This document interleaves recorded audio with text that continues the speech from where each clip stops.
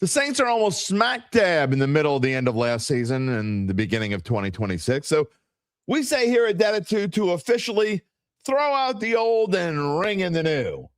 But does that mean the new is going to be all sunshine and roses? Clearly, much of it will be, but I don't know about all of it. We got to talk about that. So we asked today, what is the ceiling for the New Orleans Saints in 2026? Could this be the best season since the end of the Breeze Payton era?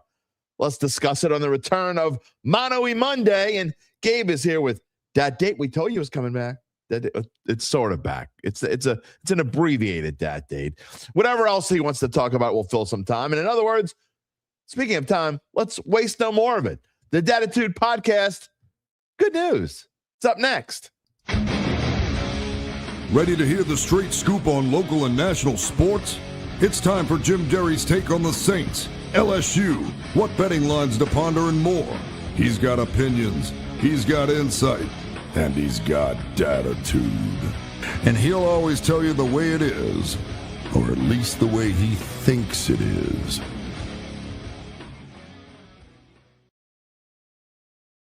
Where you at, Dattitude family? Man, did you stay dry over the weekend? It was a lot of. You want to talk about trying to call baseball games in the rain? It was a very interesting weekend. How did the mothers do out there? Did everyone fare well? We all survived and made it to Monday. Wow, that means you're in for a treat, because today is Dattitude, episode number 503, presented by Evangeline Securities for a Monday, May the 11th, 2026. In case you are new here, my name is Jim Derry. I've been on the New Orleans sports media scene for close to 36 years. I can't believe I even say that, but that is true. I am also a member of the Saints media, and I cover the Saints on SI, Sports Illustrated. And did anything happen this weekend? Yeah, it was tough to cover the Saints and do play-by-play for baseball. What's going on here? You're not cooperating. Oh boy. Anyway, my mic is not cooperating. If you're listening and you're wondering what the hell is he talking about, my mic is slipping. It's on sliding away. Yeah, it was tough to cover the Saints and to cover the Newman Greeny baseball team, but we found a way to do it anyway. We did it as best we can. But it was a fun weekend, and rookie minicamp is in the books. The negative Nelly. I'm going to talk about the negative Nellies later on this morning. I cannot wait to talk about the negative Nellies this morning. I've got. I took a couple of my responses from my shorts. Shorts have just been blowing up. They've been doing fantastic. Now, if we could get the show to blow up, I'm just kidding. What's that? Pieces of my headphones are crawling up into my hair here. Yeah, we're going to talk about the negative Nellies. We're going to talk about all kinds of things this morning. But I think it's mostly positive, don't you? We're going to get to the comments in just a minute. Today is the day, Mono-y Monday. If you're new here, you type in your comment on YouTube or Facebook, even Twitter, if you're watching on Twitter, and we will respond. And we make you the guest on Monday. Quite often, not every Monday. We've been having some guests here and there, and we're going to have a big guest coming up on Wednesday. Programming note, one of our favorite guests for show number 504. Look, when you're talking about the 504, who's more 504 than Devin Hold the Mayo Snow? He's going to be our guest on Wednesday. We'll have some fun talking about the Saints, his thoughts on whether he thinks it's sunshine and roses. What does he think about the future? Of course, we will dive. I got some things coming up later in the show today. I wasn't going to talk about this today, and I didn't want to make it the title slide, the thumbnail, whatever you want to call it. My daughter says, the thumbnail, Dad. But we've got to bring up Alvin Kamara again. Did y'all hear how Kellen Moore addressed the Alvin Kamara situation? That's coming up later on in the show. We're going to get to Gabe's poll in just a minute. Not quite there yet, but we're going to spend time talking. Today, it's schedule week. So, and I went and looked back, and we are almost smack dab in the middle. In fact, I think we're just a tad closer to the new year starting, the first regular season game of 2026. We're closer to that than we are to the last regular season game of 2025. We just passed it. We just passed the midway point. So this is when it starts getting real, right? When they release the schedule and you can actually talk about, I'm going to show you who, if you don't know already, I'll show you the opponents that are on next year's schedule. We'll talk about it a little bit. What would be maybe the best outcomes for the Saints as far as who they play, when they play? It has to do with Gabe's poll question, again, coming up in just a minute.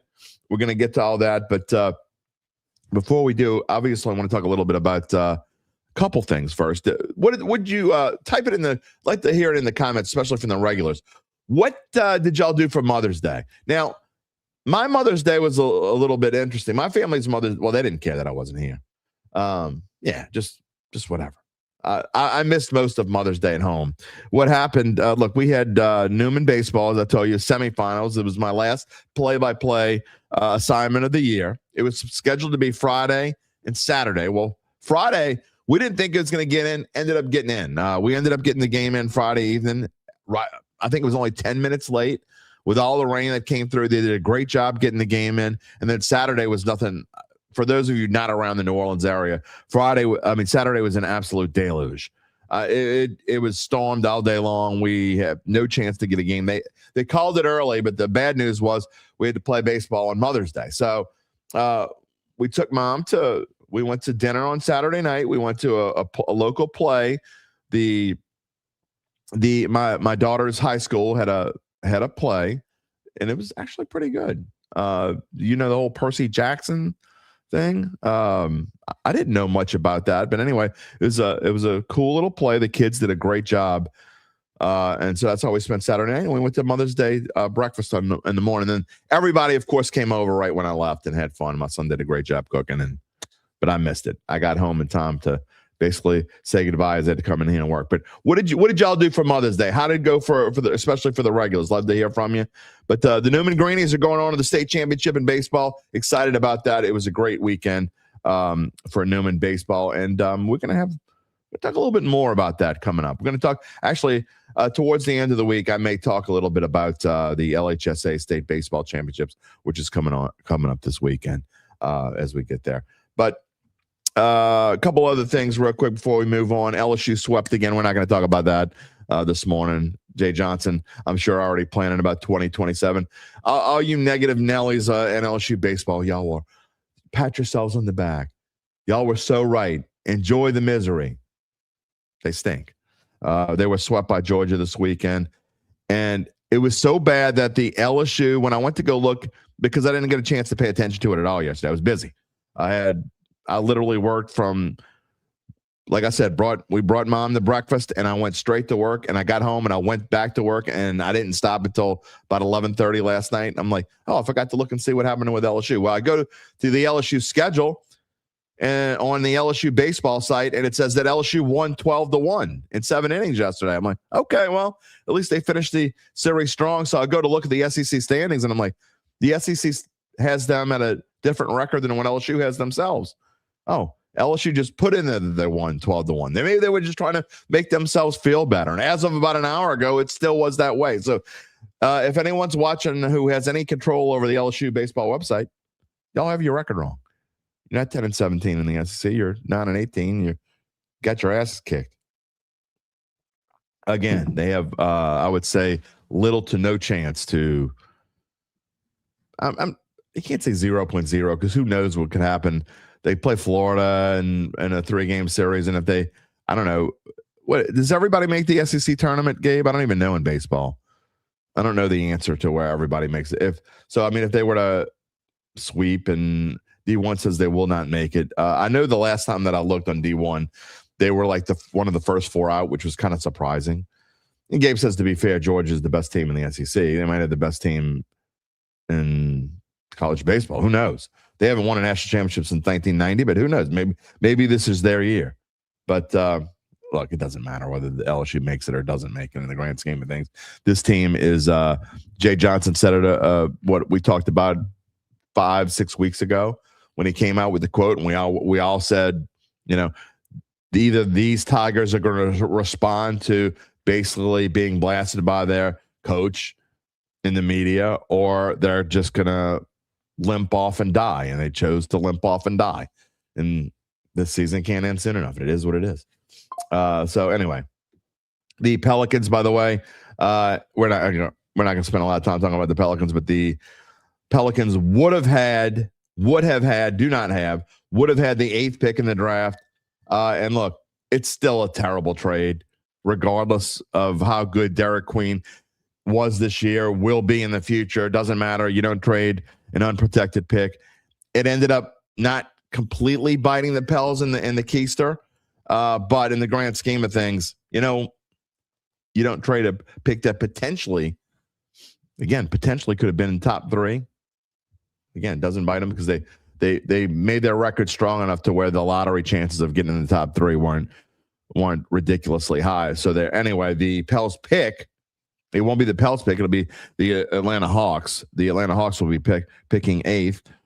In fact, the rest of it, the Washington Wizards got the number 1 pick, followed by the Jazz, and the Grizzlies will be the 3rd pick. Bulls, Clippers, that's a whole another story, by the way. Did you see the Pacers president of basketball operations apologizing to his fans because they traded that pick, and because they didn't get in the top 4, it goes to the Clippers?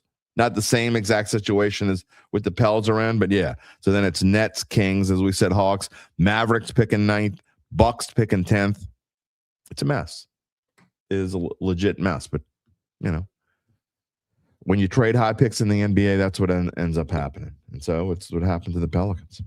And we'll talk about that later. When we get closer to the Pelicans draft, we probably will talk some about basketball. That's what I give. I give, 6 minutes now? I give 6 minutes to the Pelicans and LSU, and that's all. You're lucky you got that. And before we get to the poll question, I'm going to have Gabe put that up on the screen in just a moment. But a reminder to subscribe. If you haven't done so already, please subscribe to the Dattitude YouTube page. Give us a thumbs up and a like. That helps us out. That is the best way to help us out. Give us the thumbs up, like. Click the little bell to receive notifications when we go in the air live. Programming note. Look, you see at the bottom of the screen, and you know this, the regulars know, every Monday, Wednesday, and Friday, live at 11 a.m. I don't know how this week's going to end.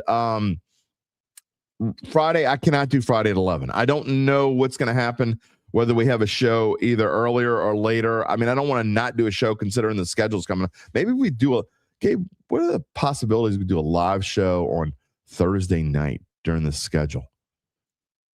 It's a possibility. We'll think about it and talk about it later. So we will definitely be on Wednesday at 11, but I cannot do Friday at 11 a.m. So maybe we'll do a live show during the schedule and see how that goes. I don't know. I'm not committing to that yet, but we'll see how the rest of the week, because I don't want to not have a show when the schedule is released. We'll see. Maybe we'll do it in the afternoon on Friday. Maybe that would be a little bit better. I don't know what Gabe's schedule's like. I haven't talked to him about this yet. But before we get to our friends at Evangeline, Gabe, let's show the poll question and a chance for y'all to answer here. As you know, we like to do a poll question every day, and this is the way we do it now. You just type in the number of how you would answer. And so, okay, today the title slide is what is the Saints ceiling? As we get, because we're in the schedule week, schedule's going to be released on Thursday. How would you answer this question? Would you like to see the Saints play? Who would you like to see the Saints play in week 1? Type in 1 if your answer is division rival. 2, the answer is AFC North team. 3, NFC North team, or other. The Saints will play other teams. We already know they're going to play Cleveland in late October in Paris. So later on, I will show you the options and we'll bring this poll question back up. But right now, there you go. Type in 1 if you'd like to see them play division. Do we like playing division rival? I was thinking about this last night. They went for a while. They would play an NFC South team every year. That's how the league would do it. You would start off in week 1. I think either everyone or almost everyone played a division rival. They did that for a long time, and then they stopped doing it. I'm not sure when or why they stopped doing it, but I always thought it was kind of weird to just jump right into the division schedule. Speaking of division schedule, I know that there will be, for sure, there's at least one of them, because it was announced this morning that the Cowboys, I think it was this morning, the Cowboys and Giants will play Sunday Night Football in week 1 in Giants Stadium in East Rutherford. So that game was announced this morning. That's a sure thing. So there's one. It definitely, you won't play the Giants in week 1 and you won't play the Browns in week 1. So that we know. So you could scratch those off the list. They won't be playing an NFC East team. And that takes one of the AFC North possibilities off the board. But anyway, type in 1 if your answer is division rival.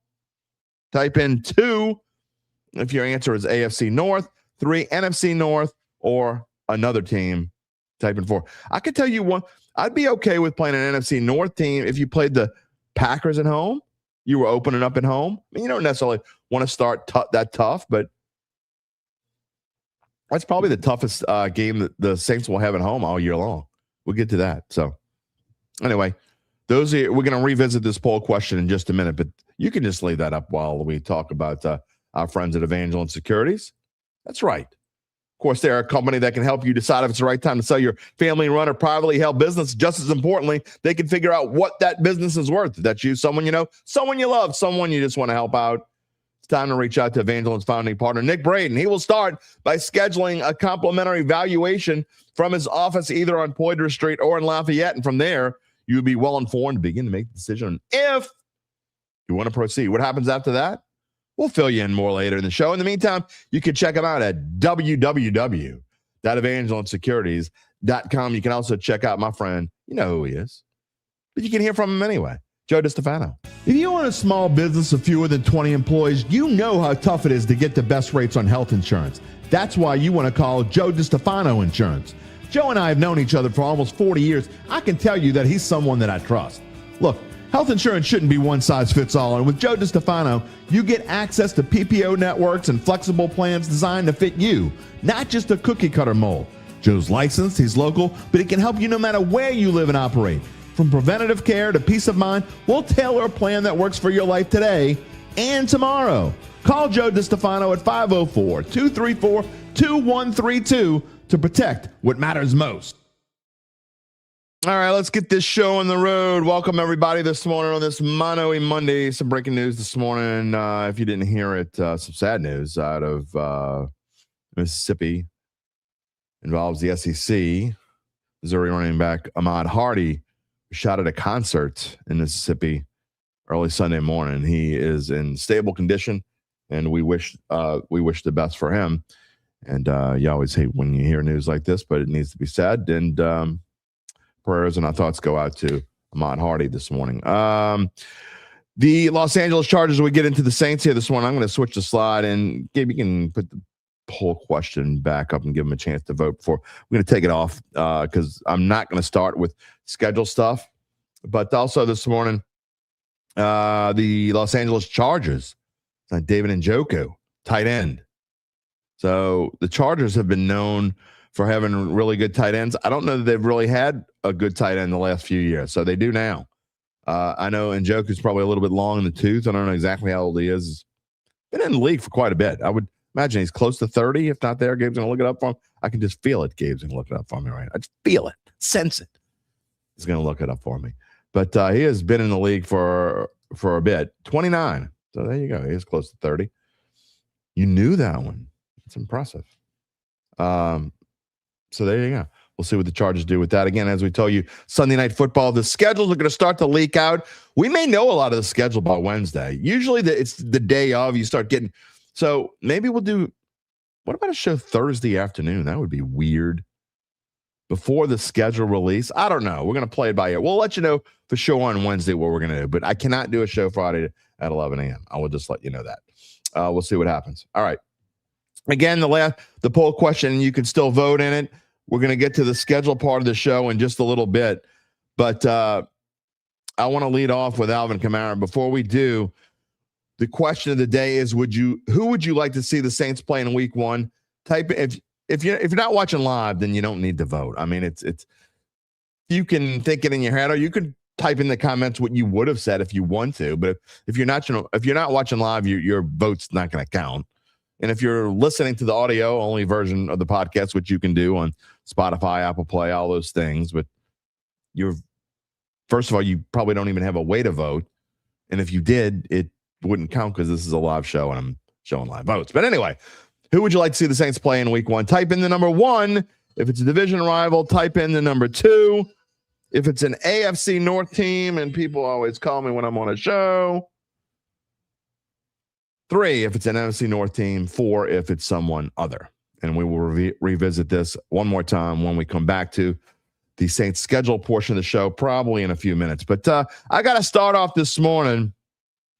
I know we spent a lot of time talking about this last week, but we cannot escape it. I've got to talk about Kamara, Alvin Kamara, and how I just thought it was very strange the way that Kellen Moore addressed the situation.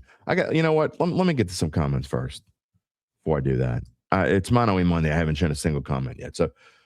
But that's how we're going to start the show, I can tell you. So if you want to comment on that, please do. Who saw this? And I'm going to give you some quotes. I'm not going to play the clip, okay? I have not shown this. I know we'll get back to showing clips and again soon, but I'd rather just read the quotes. And then I've got a picture of Kellen Moore's face right after he said the last word talking about Kamara. And it was almost how many of y'all play poker? I mean, you don't even need to play cards to read the body language of a coach who obviously doesn't seem to want anything to do with Alvin Kamara. And it really has everything to do with, I'm not telling you what I would want or do or think. People get so pissed off at me when you should have seen some of the comments to these shorts, by the way. I mean, they're really crazy. It's like I'm trying to will Alvin Kamara off this team. It's hilarious. I'm not trying to will Alvin Kamara off this. People take when you say something that people don't want to hear, they get so pissed off at you.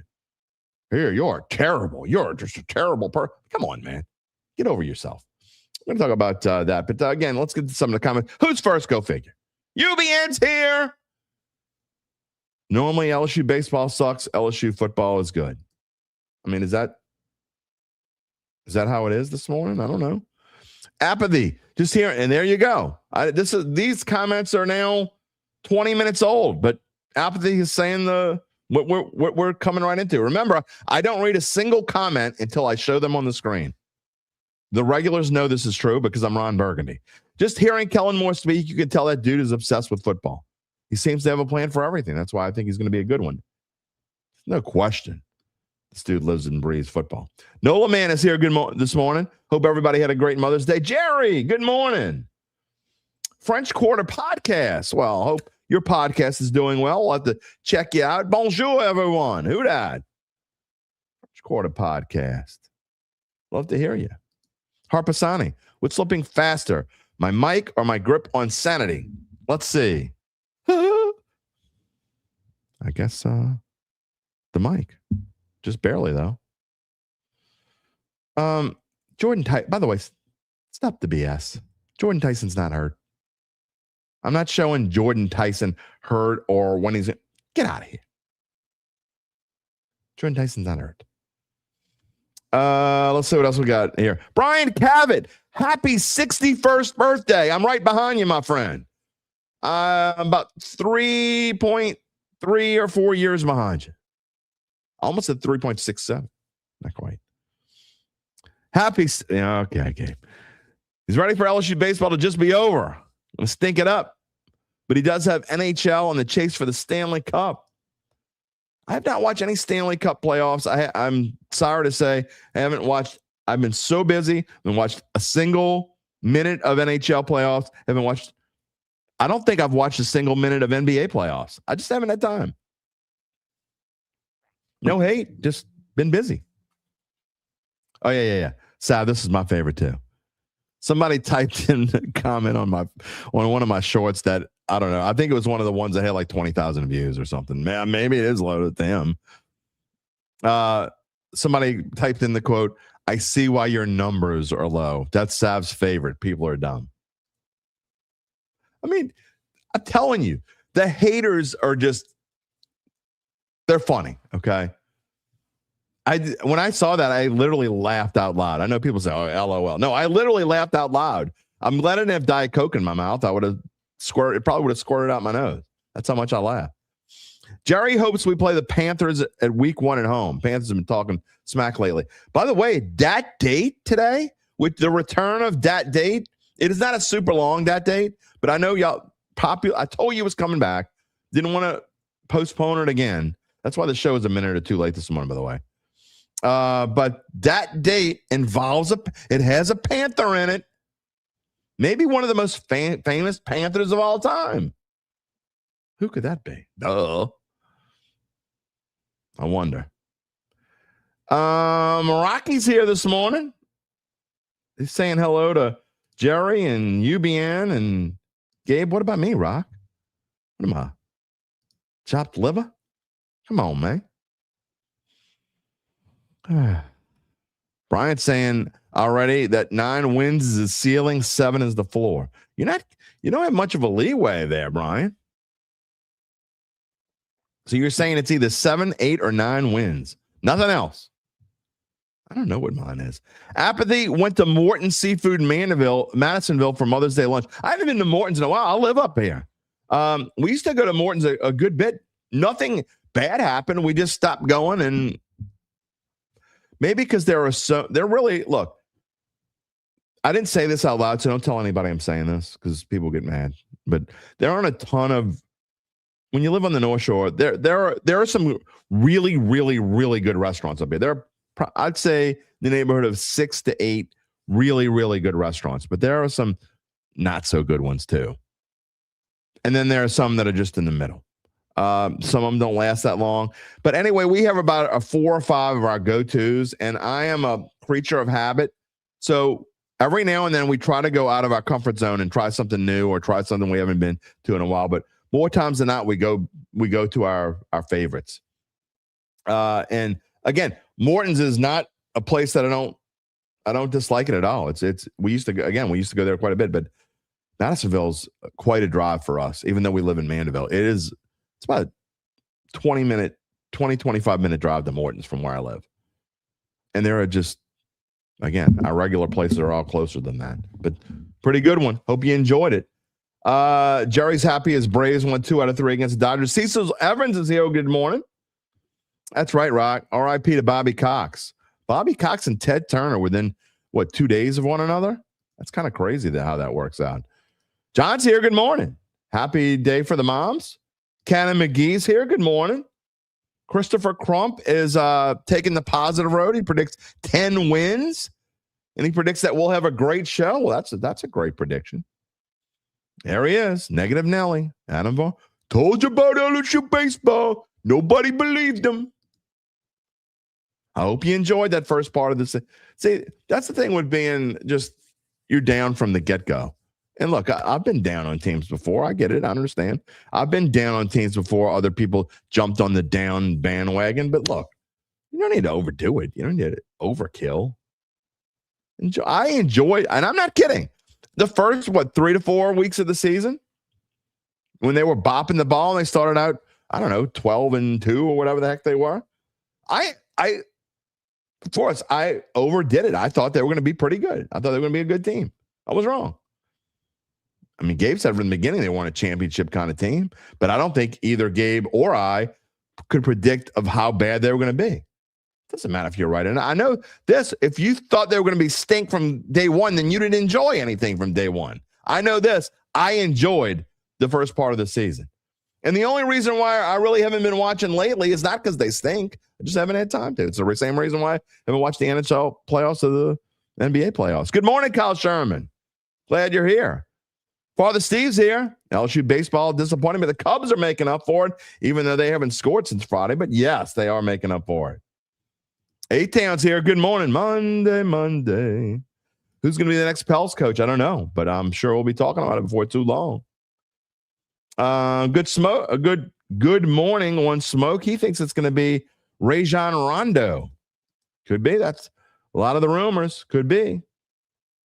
He's also hoping we get at least one primetime. Oh, I think the Saints will get 2. I think the Saints are going to get 2 primetime games this morning. French Quarter Podcast wants the Falcons right off the bat. Why not? I hear you. Let's see. Adam says that Bryce Young isn't better than Shuck. Jury's out. If I had to pick one, I would definitely pick Shuck. But it's a little early. I don't think you can get too fired up about that. By the way, Gabe, no, it is not Jake Delhomme. It is not Jake Delhomme. I know you're just kidding. Jerry wants to know who wants the Cowgirls and Giants on Sunday Night Football. A lot of people. Maybe not us, but a lot of people do. It's going to be very well watched. It goes to show you if you're the Giants, doesn't matter if you stink the year before. They got a new coach in Jim Harbaugh, and the public is going to be fired up over the Giants. That's not a surprise, actually. A-Town hopes we get a Sunday night game and maybe a couple of Monday. Man, and now you're reaching now, A-Town. I'm going to say the chances that they get a Sunday night game and 2 Monday night games are 0.0. Sorry. I don't think the Saints will get a Sunday night game. Maybe.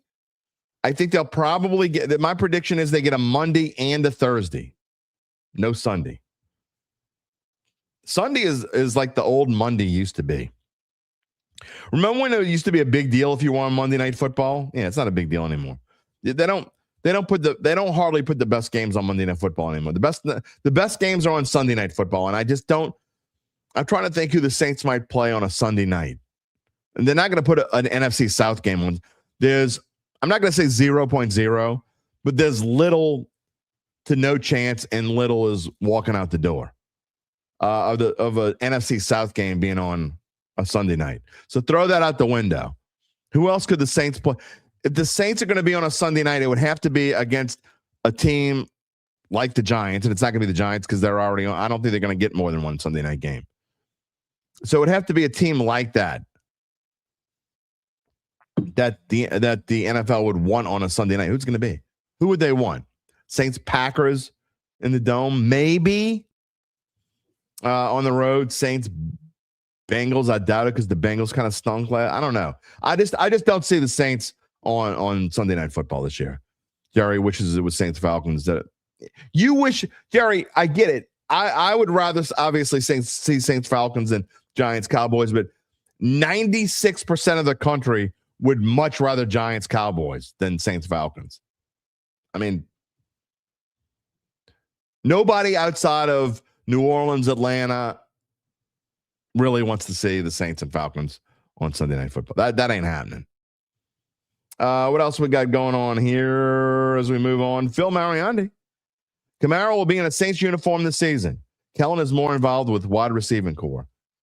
That gets us into where I'm going here. And I'm going to, again, I'll get back to some of the comments, I promise. And I was about 9 minutes behind. That comment's from about 9 minutes ago. I want to talk about what Kellen Moore had to say, and then we can kind of go in and try to dissect it. And I know people get mad when I tell you, I'm just going to present the facts here first, and then we can give our opinions in a minute. We got to address this. I know a lot of people don't even want to talk about this anymore. It's so funny when I go back and look at the numbers, and when I'm upbeat and positive, when I give a title that is upbeat and positive, like, well, is this the brightest season that the Saints have had in 5 years? That's the best ratings we've had on a live show, maybe ever, but certainly in the last year or two. Okay. When I bring up something like, is Alvin Kamara going to be back? And it shows up even in the shorts. And look, you can see you can't see the numbers of how many people are watching right now, but I can. And they're going down. If you say anything, they don't want, I don't want to hear that. People don't want to hear it. It's fine. You don't want to hear it. It's fine. But it's our job here to keep it real. It's what we do on this show. So I feel the need to bring this up again because this quote, if I would have had this quote when we were on the air last on Friday, I would have talked about it then. 2 quotes that I want to talk about from Kellen Moore. And then I want to show you what I told you, a picture of Kellen Moore. Picture 1,000 words, right? Even if it's only 100 words, it's plenty enough. It's coming up. First quote. When asked about Alvin Kamara being part of this team going forward, he says, quote, "We're just continuing to evaluate this roster. So much of our time this week has been building up for rookie camp and giving these guys as many opportunities as we can. And that has really been the focus, getting this thing dialed up and ready. We're excited about the young guys, and we'll just continue to work for this roster thing." Now, I want you to hear this. For those of you who can't They can't see anything negative they perceive to be negative. Alvin Kamara's Mount Rushmore. I'm not going to hear it, blah, blah, blah, blah, blah. I will not listen to Alvin Kamara not coming back. Okay, I want you to listen to this with open ears. I want you to use common sense, okay? We don't even, whatever.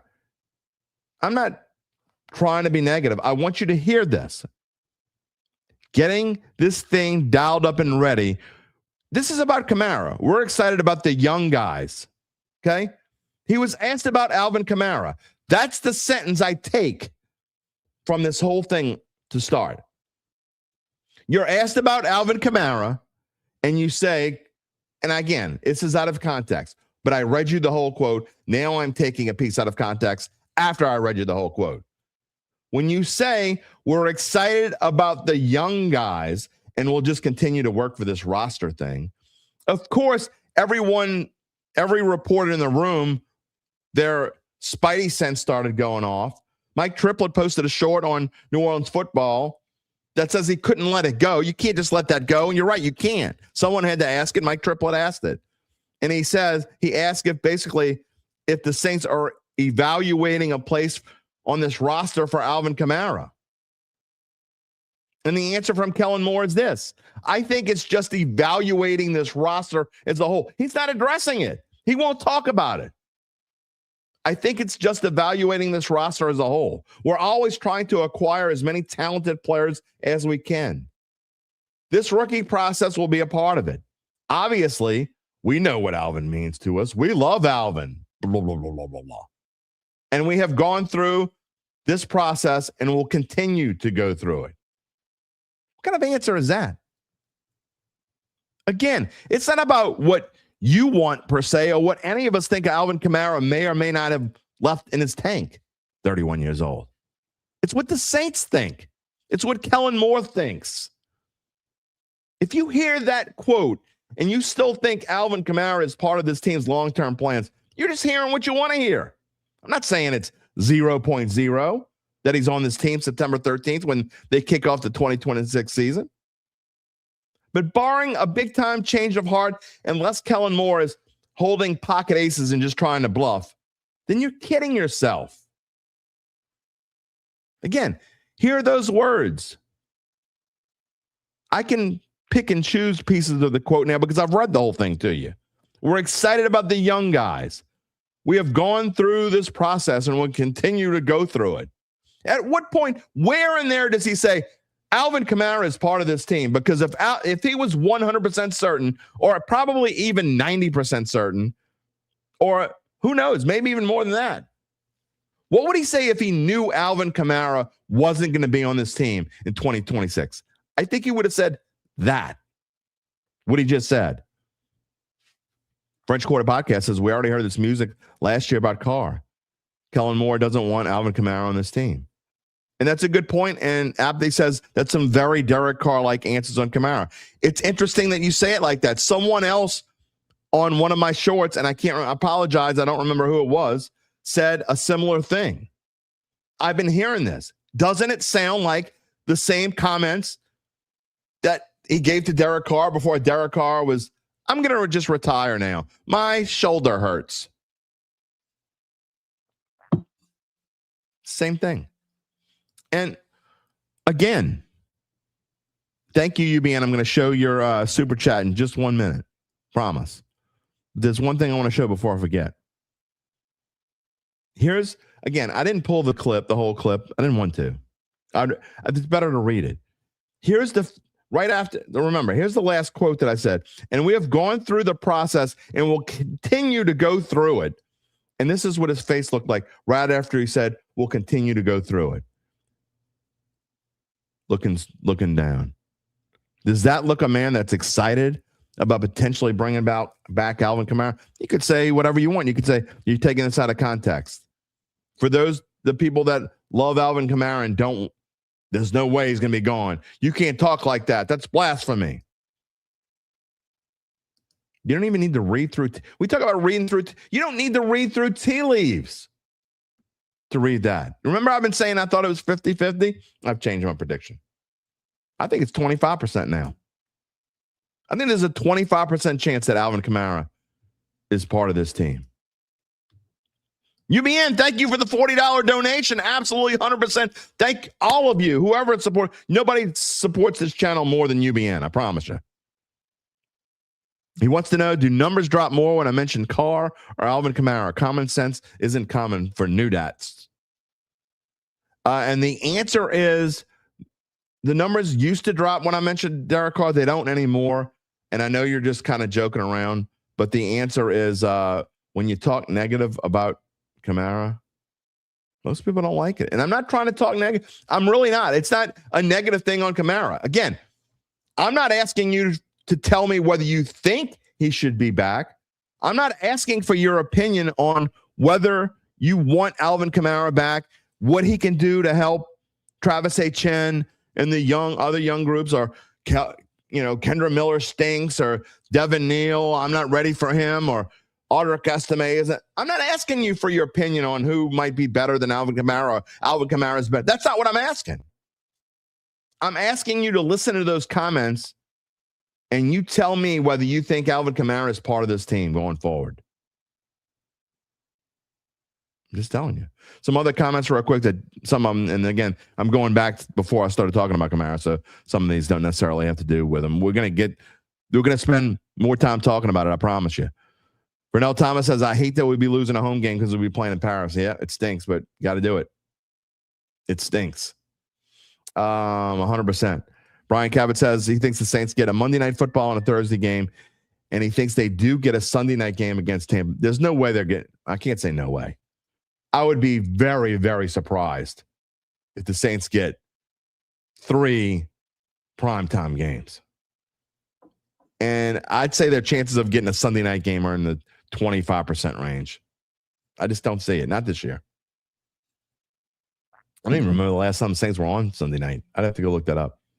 Gabe, if you got a second, if you got a chance to, I don't even know how you would find that easily, but I don't know. When's the last time the Saints played on Sunday night? I don't remember. Been a little bit. Maybe when they played Tampa Bay and beat them 9-0. I think that was a Sunday night game. Is that the last time? Yeah, he says yes. That's the last time. That was the 9-0 game when Cam Jordan was all over Tom Brady. Craig Bryant says any possible outdoor cold team early would be good. I agree with that for sure. I don't necessarily like starting on the road, but in this case, if you played a Baltimore, or that's why we want to play a Baltimore, whatever. I mean, Cincinnati wouldn't be bad to play at Cincinnati in week 1, because for some reason the Bengals, if you go look at their, you think, well, I don't want to play them at full strength. They've been terrible in the first weeks of the season over the past few years. Rocky says, no matter if we like it or not, Kellen Moore is flipping the age of this team. That's the point, Rock. We all knew priority 1 was getting younger. And that's kind of, I think that's what it is. I honestly think that's what it is. It's not necessarily, and we go back to opinions on whether Alvin Kamara still has anything left in the tank. It doesn't. Maybe he does, maybe he doesn't. I don't think it's a coincidence. I heard the people that were defending Kamara were saying, well, he just took himself out of the running because the Saints stunk. He played 11 games, dude. It's not like he played 6 games or 7 or 8 games when the Saints were 1-7 and then 1-8 and said, you know what? This team stinks. I'm going to quit for the rest of the year. And I don't mean it that way per se. That's not what happened. He played 11 games. He played until the Saints were 2-9. And it wasn't just because they stunk that he was injured and whatever. No, he was really injured. He probably, if the Saints were in a playoff run towards the end, he probably could have come back. But when he played, he wasn't effective. Don't say the offensive line stunk. The offensive line stunk for 3-4 years, okay? Alvin Kamara was fine 2 years ago when the offensive line stunk. He was fine. Why was last year a turning point? How many times do we have to say it? 30 years old. So is he going to just suddenly come out of the abyss? I mean, we've asked the question. I need to do some research on this. We've answered the question, and Gabe gave us a list of some guys who 31 and older who had good seasons or whatever. We need to go through a list, Gabe, and we need to do, we can't do it right now, I don't think. But how many guys had a shitty season at age 30 and then out of the blue just got better in age 31. That's something I'd be interested in. Something we need to do. So I'll take a dive into. Hart says it's possible Moore just really is evaluating. I really do believe he's evaluating. But if you think Alvin Kamara is part of this team, then you come out and say he's part of this team. He doesn't say that. Right now, AK's on the team, leaving open the possibility of cutting him. Of course he is. That's. I'm just saying. Again, listen to the words that he says. We're excited about the young guy. When you're asked about Alvin Kamara and you say we're excited about the young guys. You know? Brian saying he responded to it was you that responded. He said it's about a 4.1% chance he's back. I mean, yeah, for clarification, if Alvin Kamara stays, it's 110% his final year. I mean, well, no kidding. I mean, I don't think, again, it's not just Kellen Moore, though. I don't care. People got mad because he's already come out and said he's going to play. He has not. Alvin Kamara has not said he's going to play this year. Alvin Kamara did not say he wants to play this year. He does say, use the terms, we could work better, or we could do this, but he never comes out. He was never asked the question, are you coming back? And he never says, I'm coming back. Go back and listen to the podcast with Teron Armstead. He never says that. Vernon says he's scared of losing veteran presence. Too many youngsters might not be a great idea. Hang on, Gabe, real quick. I mean, yes, I get you, but you got to remember too that this is all part of the rebuilding. This team, as good as some of you think they are, and they are definitely going to be better. I got a comment from the negative. I told you I was going to get into the negative Nellies in a little bit. I'm not being Derry Downer. I absolutely 100% believe this team is much better. We said this on show 500 with Mike Detillier. This team is way better right now than they were at this same time last year. It's not even close. It's night and day. But is that going to necessarily show up in the record? I don't know. I don't know if it's going to show up in the record. Again, we got to see the schedule. We got to see the build of this team. And so, yes, I understand the point that if you lose too much veteran presence, it could hurt you in the long run. You don't have as many mentors. But you're still in rebuilding mode. This is not a team that realistically is going to make any kind of run in 2026. Even if somehow, and you know what, I'll put the odds up here. Even if somehow, that's the wrong one. I'm sure that we'll talk about the schedule in a minute. But even if somehow if the Saints win this division, right now they're 2.5-1, a little bit more than 2.5-1 to win the division. Even if somehow they win this division, which they could, I certainly think they have. I mean, I don't like I know I'm in the minority because Gabe likes the Bucs. Zach talked about it the other day. He likes the Bucs. Saints at plus 265, I think, are a good value. I think the Panthers are a good value.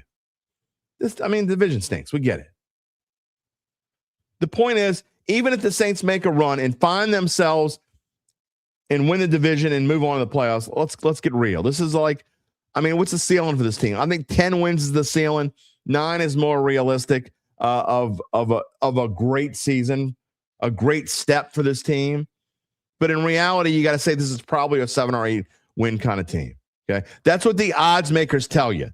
The odds makers tell you the over-under is 7.5. So that means that they think that the Saints are either going to win 7 games or 8 games. Certainly, the floor is I think the floor for this team, there's no worse than they were last year, no matter how you put the schedule together. So I'm going to say 6 is the floor, 10's the ceiling. All right, as we talk about what could happen. But no matter what happens, in the grand scheme of things, it's still a rebuilding year. So when you talk about losing veteran presence, I understand where you're coming from, and it's a valid point.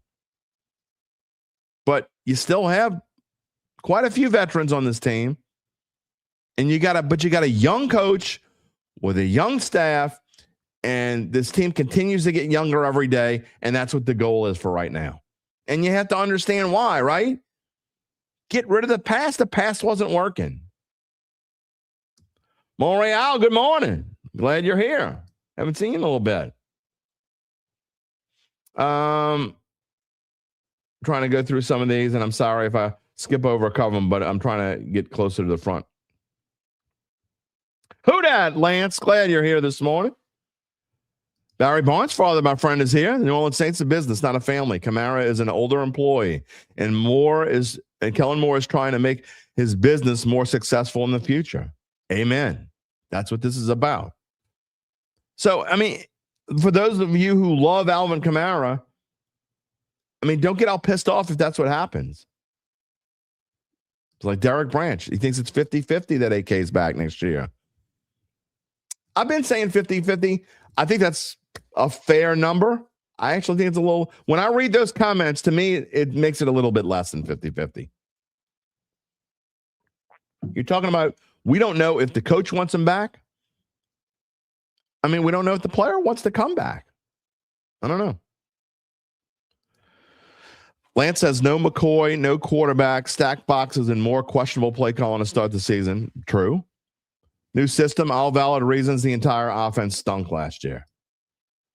Yeah, but I mean, as they got along, I think the offense started getting better as they went along. And what does that mean? That means they got better when Alvin Kamara wasn't playing. Is it a coincidence? I don't know. Abby Celestine, AK's dead cap money, pre-June 1 cut, 19.5 dead cap, post-June 1, 11.4 million. Is it worth cutting AK based on the dead cap hit? Abby, I would look at, I need to look into this some more. And we talked about this about a month ago. I'm not sure that's the case when they restructured his contract. I actually think that first of all, they're not going to cut him before June 1. So I think the cap hit is actually the same regardless of when they cut him now. Anyway, they're not going to cut him until after June 1 anyway. 2027, now that is true. 2027 dead cap hit is 8 Here's the thing. If you're getting younger, the way your cap is set up, it's a great question. And again, I need to get into this, and I'll study this before Wednesday. But the answer in part is I don't think they care about that right now. I honestly don't. I know it sounds crazy, but you're talking about $11.4 million in the $270 million cap area, and the Saints still have money to work with right now. And as far as 2027 goes, when you're talking about a cap that's probably going to be $275 million-ish, 280. I mean, you don't care about $8 million. That's peanuts. That's pocket change. They don't care at all about 2027. I promise. There's almost zero chance that Alvin Kamara is a Saint in 2027. If he plays for the Saints again, it will be this year and this year only. And then, I don't know. I just don't think that they care enough about the dead cap hit on this. It's not like a couple years ago when they didn't have a choice. They have choices now. They have choices. Lance is not going to entertain any AK slander. I mean, it's not slander, dude. He's just, I'm giving you facts. Giving you facts on his numbers. Gabe had some numbers for me, as a matter of fact. Let me go back to this other slide so I can get the chart over his face. You had some numbers on the ages of 30. I'm not trying to be slanderous. I'm just telling you, I'm giving facts on what numbers are. What you got? I didn't have any numbers. I wanted to clarify before I got you your numbers by the time I came on.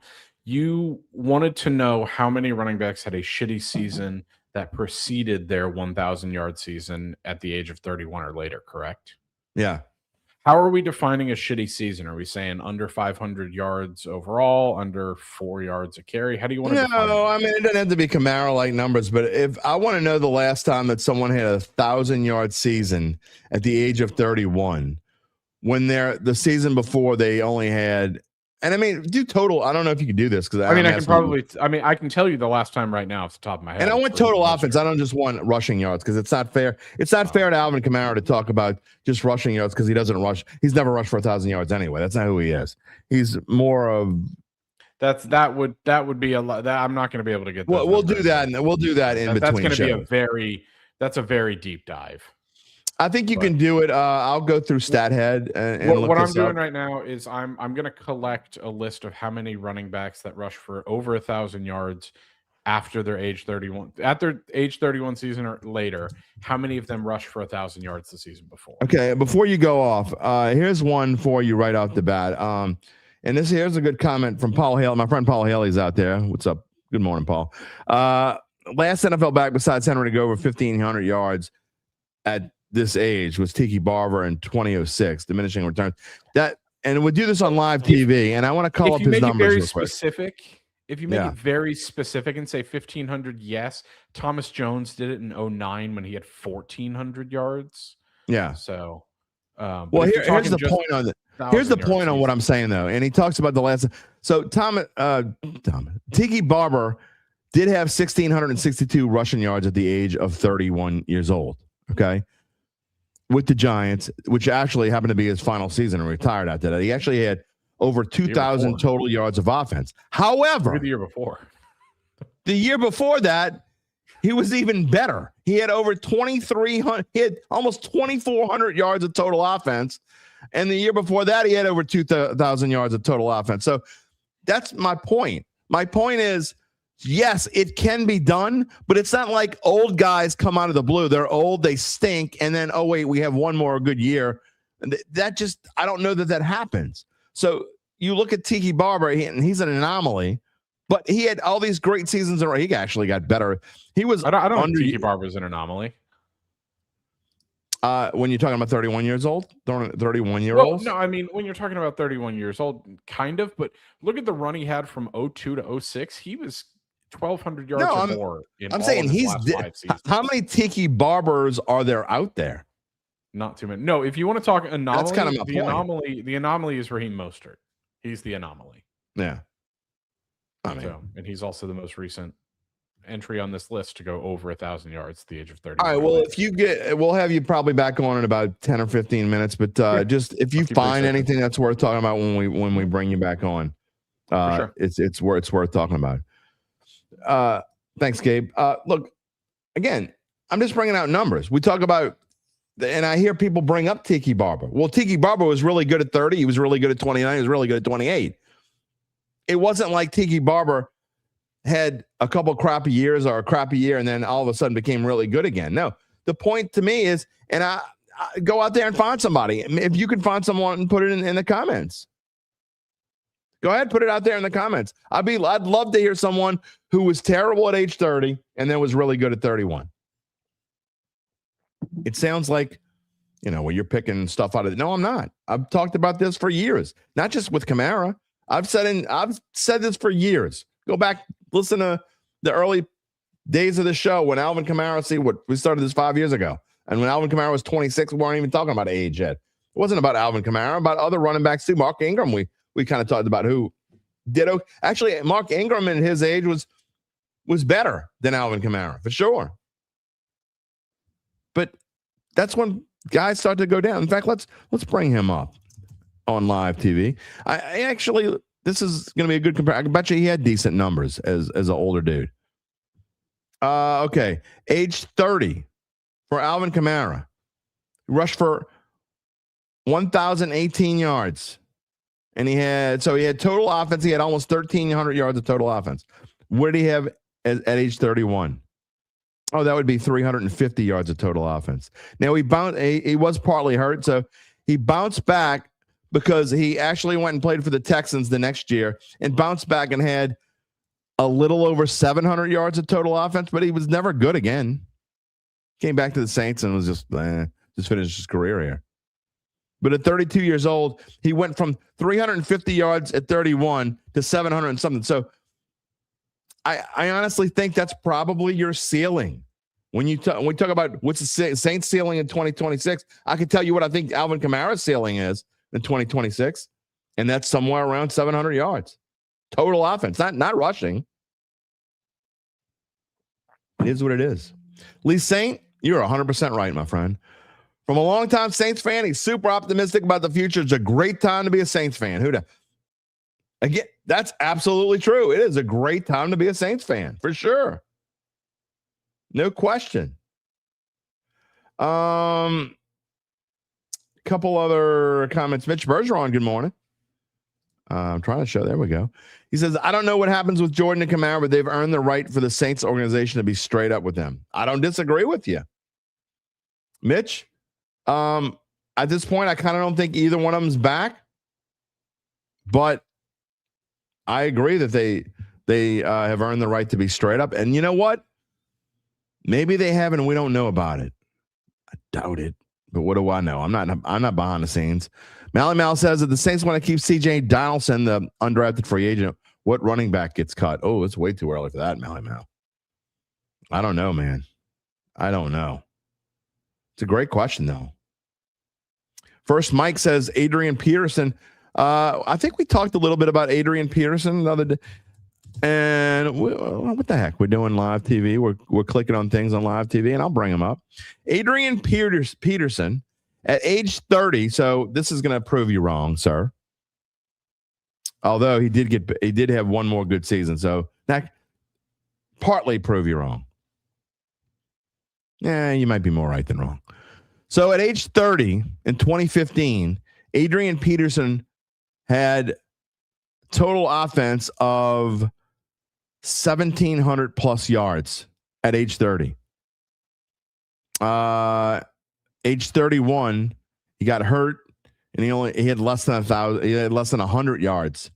He started 3 games, and he had less than 100 yards. So he was having age 32. Part of that time with the Saints, he had 600 yards. He stunk at age 30. No, so 33, and this goes to prove that it can happen. Age 33 with Washington. I don't remember whether the football team or the Redskins or whatever the hell they were then. I don't care. It doesn't matter. But he did have 1,200 yards of total offense, over 1,200 yards of total offense at age 33. So you found a diamond in the rough. Yes. Can Alvin Kamara be that? I mean, anything's possible. But you got to be realistic. It's not like Alvin Kamara's had a fantastic season. When's the last time he was his old self? Maybe 3 years ago? 2 years ago? 3 years? I don't know. Charles Mangus, Tiki wasn't injured over his last 2 to 3 years. Right? He definitely was not. That's true. We're going to go back to the schedule in just a minute because I promised. You know what? Let's bring up the schedule part of it. Anyway, I don't want to overdo the Alvin Kamara thing, but I thought it was important to talk about Kellen Moore's comments and his quotes. And I'm not even giving you my opinion on what I think. I'm telling you what the coach is saying. It's factual. I'm giving you factual numbers on what happened. And you know what? One last thing on Alvin Kamara here. And we talked about it the other day, and we'll talk about it again. We'll bring it up one last time. But his stats, and we like facts, so let's go facts. He was really good 2 years ago, actually, 2024. Even though he only played in 14 games. When's the last time he played, by the way, in more than 14 games in a season, or started more than 14 games a season? That would be never. He hasn't played in more than 14 games since 2022. He's played in 11 last year, 14 the year before that, 13 the year before that. So, that's another thing. Even when he's really good, he has to miss time. Does that change? I don't know. Probably not. But total offense last year, 657 yards of total offense. He scored 1 touchdown in 11 games. I mean, so don't make the excuses of offensive line, because the offensive line in 2024 was just as bad, maybe worse. In fact, it probably was worse. Banks definitely made this line better. And remember, they had a lot of injuries in 2024 as well. McCoy missed half the season or more. What did Alvin Kamara do that year? Well, he had, let's see, just shy of 1,500 total yards of offense and 8 touchdowns. So you go from 1,500 yards of total offense to 600 and something. I mean, you don't go from that to being really good again. I'm just giving you real numbers. Josh DeVoy says Raheem Mostert could be a close one. Now, I know he's 34 because we were talking about him the other day. Let's see what he did. Live TV. Raheem Mostert at age 30. It doesn't work. And I'm going to tell you why. Raheem Mostert was good at both age 30 and 31. At age 30, he had 1,100 yards of total offense, and at age 31, he had 1,200 yards of total offense. So that doesn't. What I'm asking is, who had a crappy year as a 30-year-old and then had another good year? And the only one that we've got so far is Adrian Peterson. Whoever brought up Adrian Peterson, you were right on that one. Other than that, I can't find one so far. Frank Gore, says Hart Pisani. Let's look him up. Frank Gore. Frank Gore's numbers at age 30. Now, he played a long time. He played. He was 37 years old. That's crazy. Doesn't work. Hart. He had 1,300, almost 1,300 yards of total offense as 30-year-old. He had, he went down almost every year after 31, but he was really good at 28, really good at 29, really good at 30, really good at age 31, really good at age 32, really good at age 33, really good at age 34. He never had a bad year and came back and had a good one. He was just good. My point is, again, I'm going to say it again. Tell me someone other than Adrian Peterson that was really good. That was really bad at age 30 or later, and then came back and had a really good year. I can't find I can't find one besides Adrian Peterson. Josh DeVoy says Ricky Williams. Okay, let's look him up. Now, Ricky Williams is a special entity because Ricky Williams went and did some woo-saw somewhere and left football for a while. So you might be right on this one because this one's going to be a weird one. He didn't play in 2004. He only started 3 games in 2005. He retired, and then he was out of football in 2006. So he missed ages 27, 28, and 29. He started 3 games. So age 30, he didn't even come back. He didn't play in age 30. He played 1 game. That doesn't count. So he came back in 31 at age 31, and he had a okay season. He had almost 900 yards of total offense and then went off at age 32. So that's sort of misleading. I can't say you're wrong, but you're not really right either.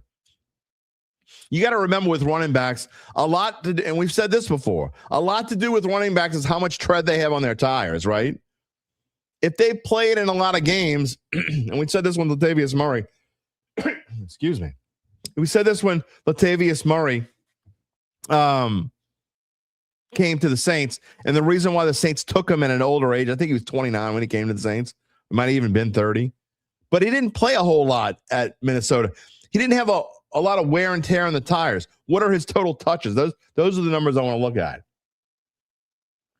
First, Mike is asking maybe Eddie George. All right, let's look up at it. I think I've looked this one up before. And I think Eddie George was just good, period. Oh, I got so verklempt this morning. Eddie George at age 30. No, definitely not. Age 30, he had almost 1,200 total yards of offense. And age 31, he left Tennessee after the age 30 season, went to Dallas, only had 500 yards at age 31, and then quit. I'd say quit. He retired. Same difference. So, no, not Eddie George. Now going, how do you know, Mally Mal? Kendry Miller, definitely not an RB2. How do you know? I said this the other day. And here, we got to stop taking our opinion. We can have opinions, and we can talk about opinions, but you can't say definitely not. And I'm going to tell you why you can't say definitely, or Kendry Miller is definitely not an RB2. Here's why you can't say that. You have no idea if Kellen Moore thinks that Kendry Miller is a potential RB2. I promise you, I said this Friday, I'm going to say it again. Doesn't matter what I think about Kendry Miller. I actually think, and again, I've used if he can stay healthy with a lot of people this year. There are going to be injuries this year. Who knows who they're going to be to? Could it be Kendry Miller again? Of course it could be. However, Kendre Miller is going to get every chance in the world this season. Maybe it's his last chance, but he's going to get every chance to be RB2. I promise you. You can say he hasn't played in 8 games. Sure, facts, absolutely. And played more than 8 games, blah, blah, blah.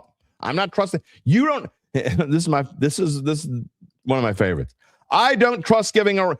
You don't have to trust anything, Hart. It doesn't. Doesn't matter what I trust, you trust, they trust, we all trust. Y'all are missing the point. The point is, read through tea leaves, listen to comments. What do the comments say? Not from the comments here from the Dat Family. The comments from he isn't reliable at number 2. You don't know. Okay? Of course, it doesn't have to be reliable. Again, it's a rebuilding year. What do you have to lose in the grand scheme of things? That's another point about Alvin Kamara. And we got to move on because I don't want the show to be 2 hours today. What do you have to lose? What do you have, not half, what do you have to lose? If Alvin Kamara, they say, bye-bye AK-41. Besides your feelings, you can lose your feelings. My feelings would be hurt too. I'm not telling you my feelings wouldn't be hurt. But if Kellen Moore comes out and he says on, I don't know, July the 20th, or let's just say AK doesn't show up to minicamp. And let's say they decide to cut him post June 1 and they do him a favor and they say, we're going to tell you early, like someone earlier was saying, it's only fair to be straight up. 100% fair to be straight up and honest. Absolutely agree. So they say on June 2nd, Saints say, you know what? Or they go through minicamp. Let's say they go through minicamp. And on June the 15th, the Saints say, Alvin, we love you. You've been fantastic. Greatest running back in Saints history, but we got to move on. And they tell them why they're moving on. And they come out and say, as of this moment, they would never do this because that's not how they roll. But they might tell you they cut Alvin Kamara. But let's just say that then Kendre Miller becomes the assumed RB2 because he would. If Alvin Kamara is gone, immediately Kendre Miller becomes the immediate replacement at RB2. If he gets hurt again, then he's not RB2. But the question is, what do the Saints have to lose if that's the road they decide to go on in a rebuilding year? It's still a rebuilding year. Think whatever you want. I mean, you don't go into the year saying, I think they're going to lose or I want them to lose. We've talked about that for years on this show. No, that's not what you need to do. I think it could be a fun year. Could the Saints win the division and go to the playoffs? Absolutely, they could. Do I think they will? I don't know. But the question, again, is if you're talking about a guy who's almost certainly not going to be here in 2027, and you're trying to get younger, and you got one more rebuilding year before you think 2027 could be the real year, what do you have to lose? And the answer is almost nothing. I can't say nothing. Can't say nothing. Josh DeVoy says what they can replace more easily is his pure rushing workload, but not his overall versatility. I don't disagree with that. But what I'm talking about is overall, when you're talking about the future of this football team, I don't disagree with any of that. I don't even disagree with a lot of things I was saying.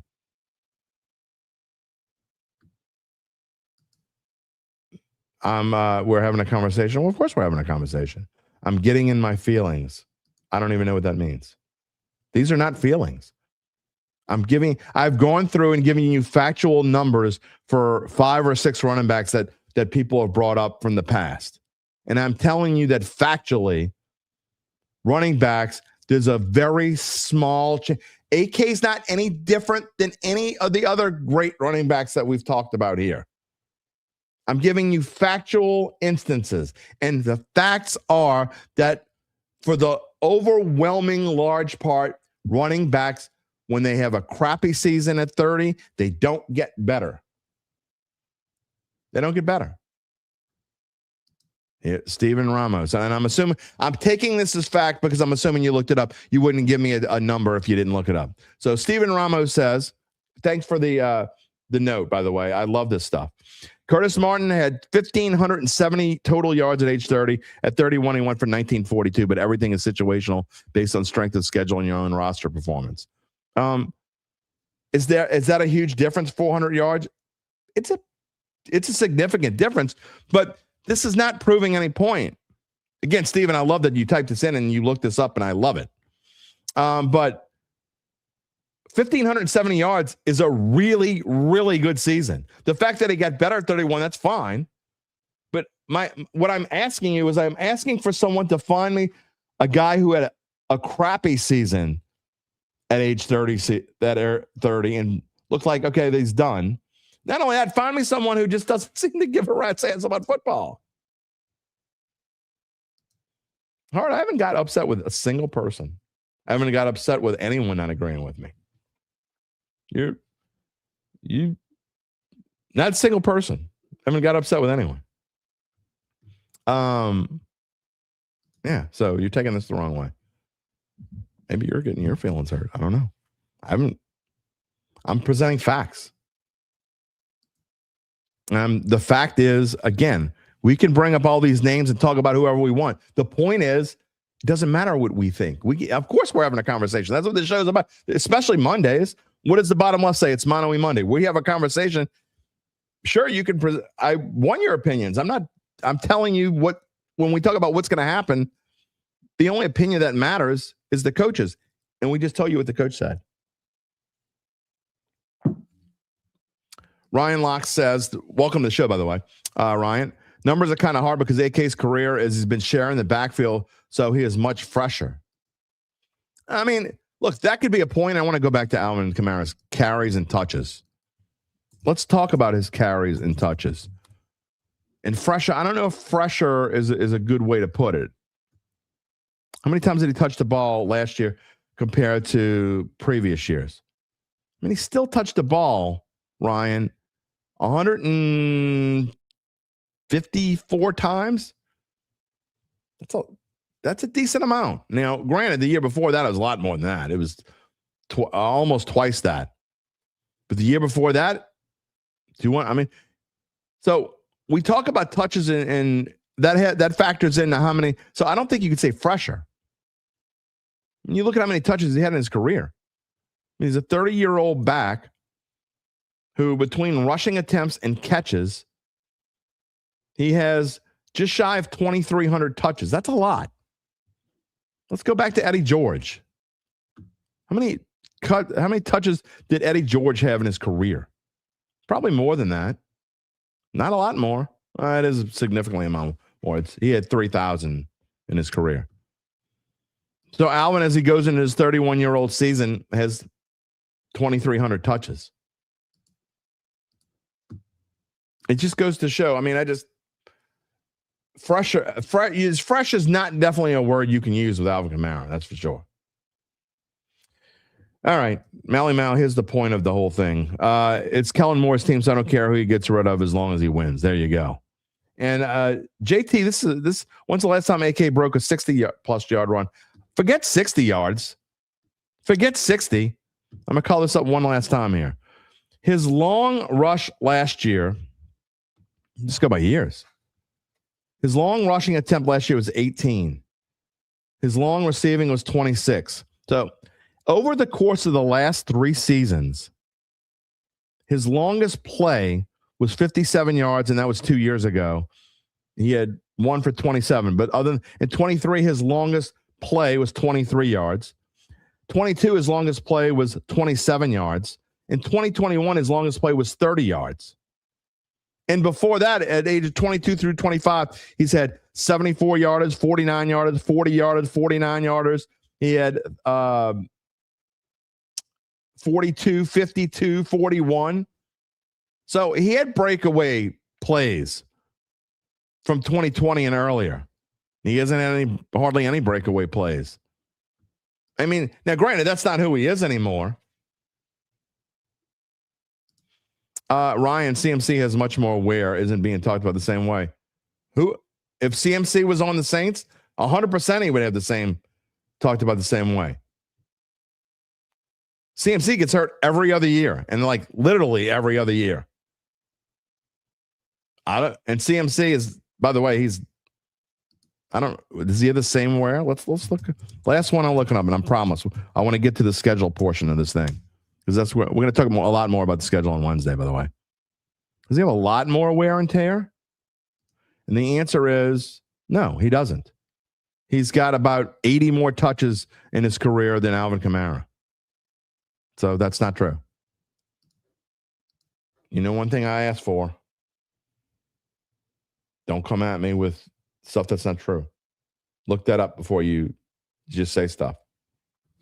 I'm cool with say whatever you want, but receipts. Just saying. All right. I want to get to the schedule part of this. We talked enough about Kamara. And before we do that, as we get into this is a perfect segue to the schedule. And we got about 10 more minutes before I get to Gabe because I do want to do that date. It is a shorter that date today. But as you take a look at the schedule, the opponents, not the schedule, we'll get the official schedule on Thursday. Here are the opponents. And I'm going to have to figure out how to do this schedule when Devin's on the show because obviously you can't do that when you got a 2-box here. But, we've said some things that today that it could be perceived as me being negative. I'm not trying to be, giving facts. But here's the kind of things when you go through, you should scroll through. If you have Facebook, and I know a lot of you just look at me on YouTube, and that's great. I would rather you watch me on YouTube. But go read some of the comments on the shorts that I post. I post them on YouTube, but they get watched way more on Facebook. I have no idea why. I mean, we're averaging probably per short, somewhere in the neighborhood, probably averaging 10,000 views on Facebook for every short that I put. They don't all get that, especially when you talk about Alvin Kamara and I come back. They hate that. But here's a and I don't need to mention a name, but you're talking about the future. And to show you how fans, or quote unquote fans, see things differently or haters. I had someone last week, and he's actually a friend of mine. We went to school together. Maybe watching today, may not be. I don't know. If he is, I don't care. But just talking about how basically he thinks Tyler Shuck's garbage. Like literally he says the word garbage. Come out and says Tyler Shuck's garbage. You're going to see. Well, I mean, I've already seen enough to know that he's not garbage. I'm not saying he's a guy that is definitely going to take the reins of this franchise and be quarterback here. It's 2026. Will Tyler Shuck be the quarterback of this team in 2032? What do you think the chances are? I'd put him at, I don't know, maybe 50-50 or better, a little better. But regardless, I'm not crowning the dude already, but he's definitely not garbage. I've seen enough to know he's not garbage. I definitely know enough to know that he's good enough to go in. I'm happy going into the season with him. But that's the kind of comments that I get on my Facebook shorts.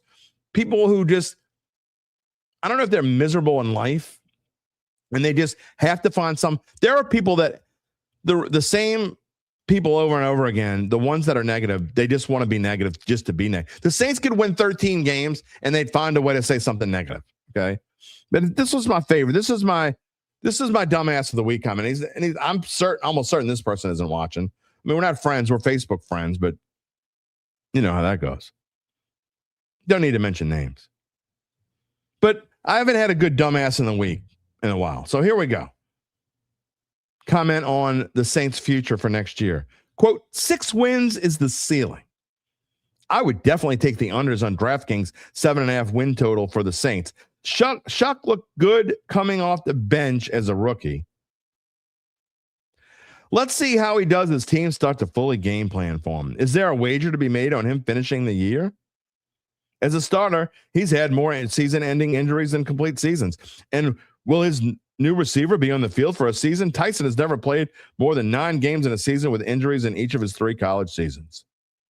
Saints sycophants will say their injuries are unrelated and random, but injury-prone is injury-prone.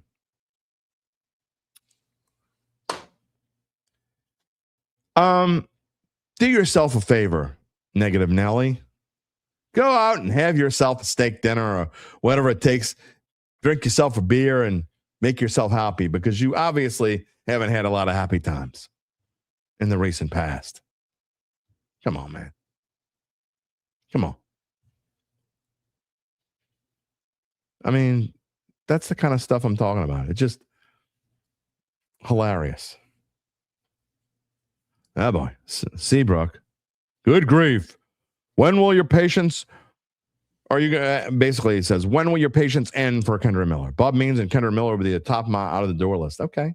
Well, you're not running the team, Seabrook. I'm trying to tell you what I think. It's not my patience. It's not what I think should happen. Y'all are missing the point on this. Yes, of course I give my opinion a lot. I've told you the caveat to start this whole segment. This isn't my opinion. I'm telling you what I think. Well, that's by definition opinion, so I'm kind of contradicting myself. The point is, it's not what I think about Kendra Miller, okay? It's not what I think about Alvin Kamara. I'm telling you what I think the Saints think, what they're saying. What is Kellen Moore saying? It's not what I would do. I don't have a lot of patience for Kendra Miller either. He aggravates the hell out of me. Every time, oh, there he goes again. Of course, injury prone is injury prone. Whatever. I'm telling you the Saints are going to give Kendra Miller every opportunity to be RB2. I'm not telling you I would do that. I'm telling you what the Saints are going to do. You can hate it. You can love it. You can think it stinks. You can think it's stupid. Whatever you want. Yeah, that guy's a Rattler. You think, Steven? No question that dude's a Rattler fan. Not Seabrook. I'm talking about the guy that I was reading the comment from. No question. That's the point, though. We're talking about what we think the Saints are going to do. The Saints are trying to get younger. You don't get younger by keeping a 31. I'm not telling you this is what I would do. I'm telling you it's clear.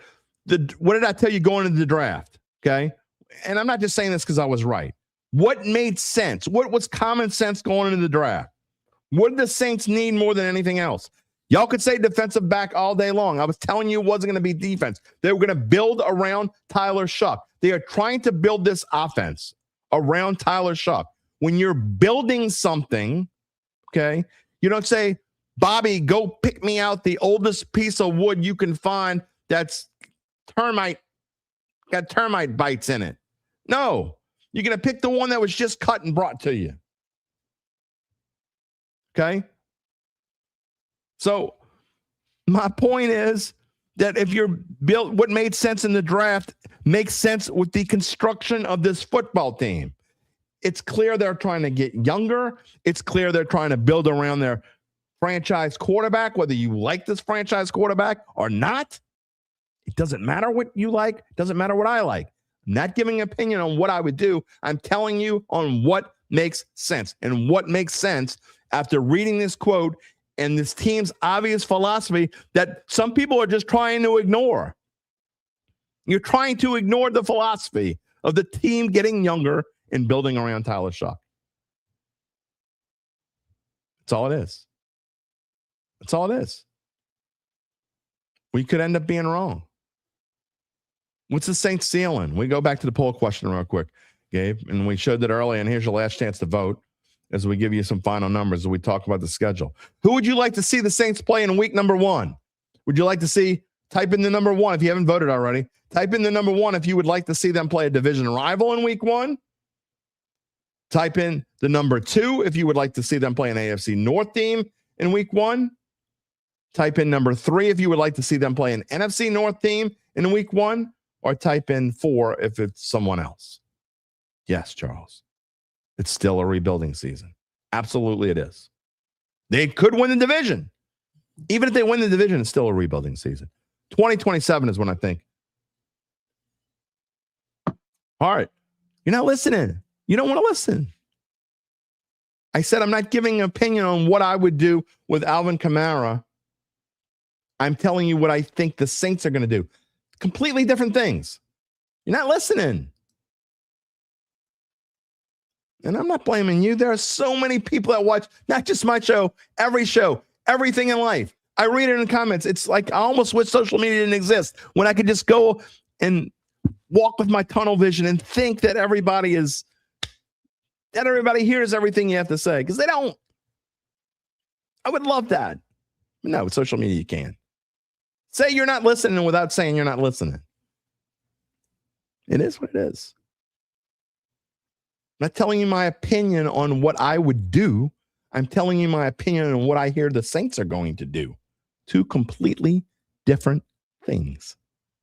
Larry DeQueer wants the Saints to play Atlanta in week 1. That's not the first I've heard of that. UBN says he thought people were mostly dumb, and then see, I was the other way. I was naive. I wanted to believe the best in people. I can't anymore. I read too much social media. It's my job. I think when I retire, I don't know. I probably keep Facebook to see pictures of people's kids and stuff. And I would probably go back to me posting, because I don't post a lot of personal stuff anymore. That's the one thing this job, this new gig is kind of done. It's kind of ruined my Facebook feed. Obviously used to be just pictures and stuff like that. Can't do that anymore. Kyle says 7 to 10 wins if we're relatively healthy. I think that's a good number. I think the floor is 6 because it depends on how the schedule. And I'm going to give you I'll give you my official prediction sometime next week. My first with a right to change. I would give you the caveat. I got a right to change. Last time, I'm going to show you. We're going to talk results now in the poll. Here are the results from today's poll. Again, Gabe about to come on. As Lance says, Miller should get every chance. He just wouldn't bet on him. I'm not betting on him. I'm definitely not betting on him. And Gabe has ended the poll, and here we go. We got nice participation today. I appreciate all of you who participated. The answers are 48% of you want to see the Saints play in a division rival in week 1, and I'm guessing you could have just put Atlanta right there instead of saying division rival. 35% of you said AFC North team. 3% said 9%, said NFC North team, and 9% said other. I don't know who I would pick. I don't think I would pick division rival because I think I would probably pick other. I would like a chance to play Arizona at home again in week 1. I know they wouldn't do that. I can't see getting they hardly. I would go back in time and see if the Saints have ever played the same team at the same venue in back-to-back years in the opener. Probably not. So that's probably out of the question. Maybe Vegas at home. Oh, that would be interesting, right? Vegas has got they got a new quarterback, and they got an old quarterback too. They got an old quarterback who's a new quarterback. Lots of hype around Vegas. They got a new coach. That would be interesting. How about Pittsburgh with a new coach? That would be an interesting game at home to start the season. Potentially, you know who? The Woosah. Don't get me started. Along with the guy who was rumored to be the Saints coach for a little bit. And then before Kellen Moore got the job, Pittsburgh would be interesting. If they started on the road, what would be interesting? Well, if you start on the road, Baltimore would be good. Because that way you get one of those cold weather places out of the way. Chicago, certainly. Although that'd be a tough place to start. The Saints would probably be about 5 to 6 point underdogs on the road to Chicago, right, Gabe? Cincinnati on the road. We talked about how Cincinnati's had rough starts. Don't want to start at Detroit. They're in a dome. I'm fine playing with Detroit later on. I don't want anything to do with Detroit. I can tell you right. Here is a little spoiler alert.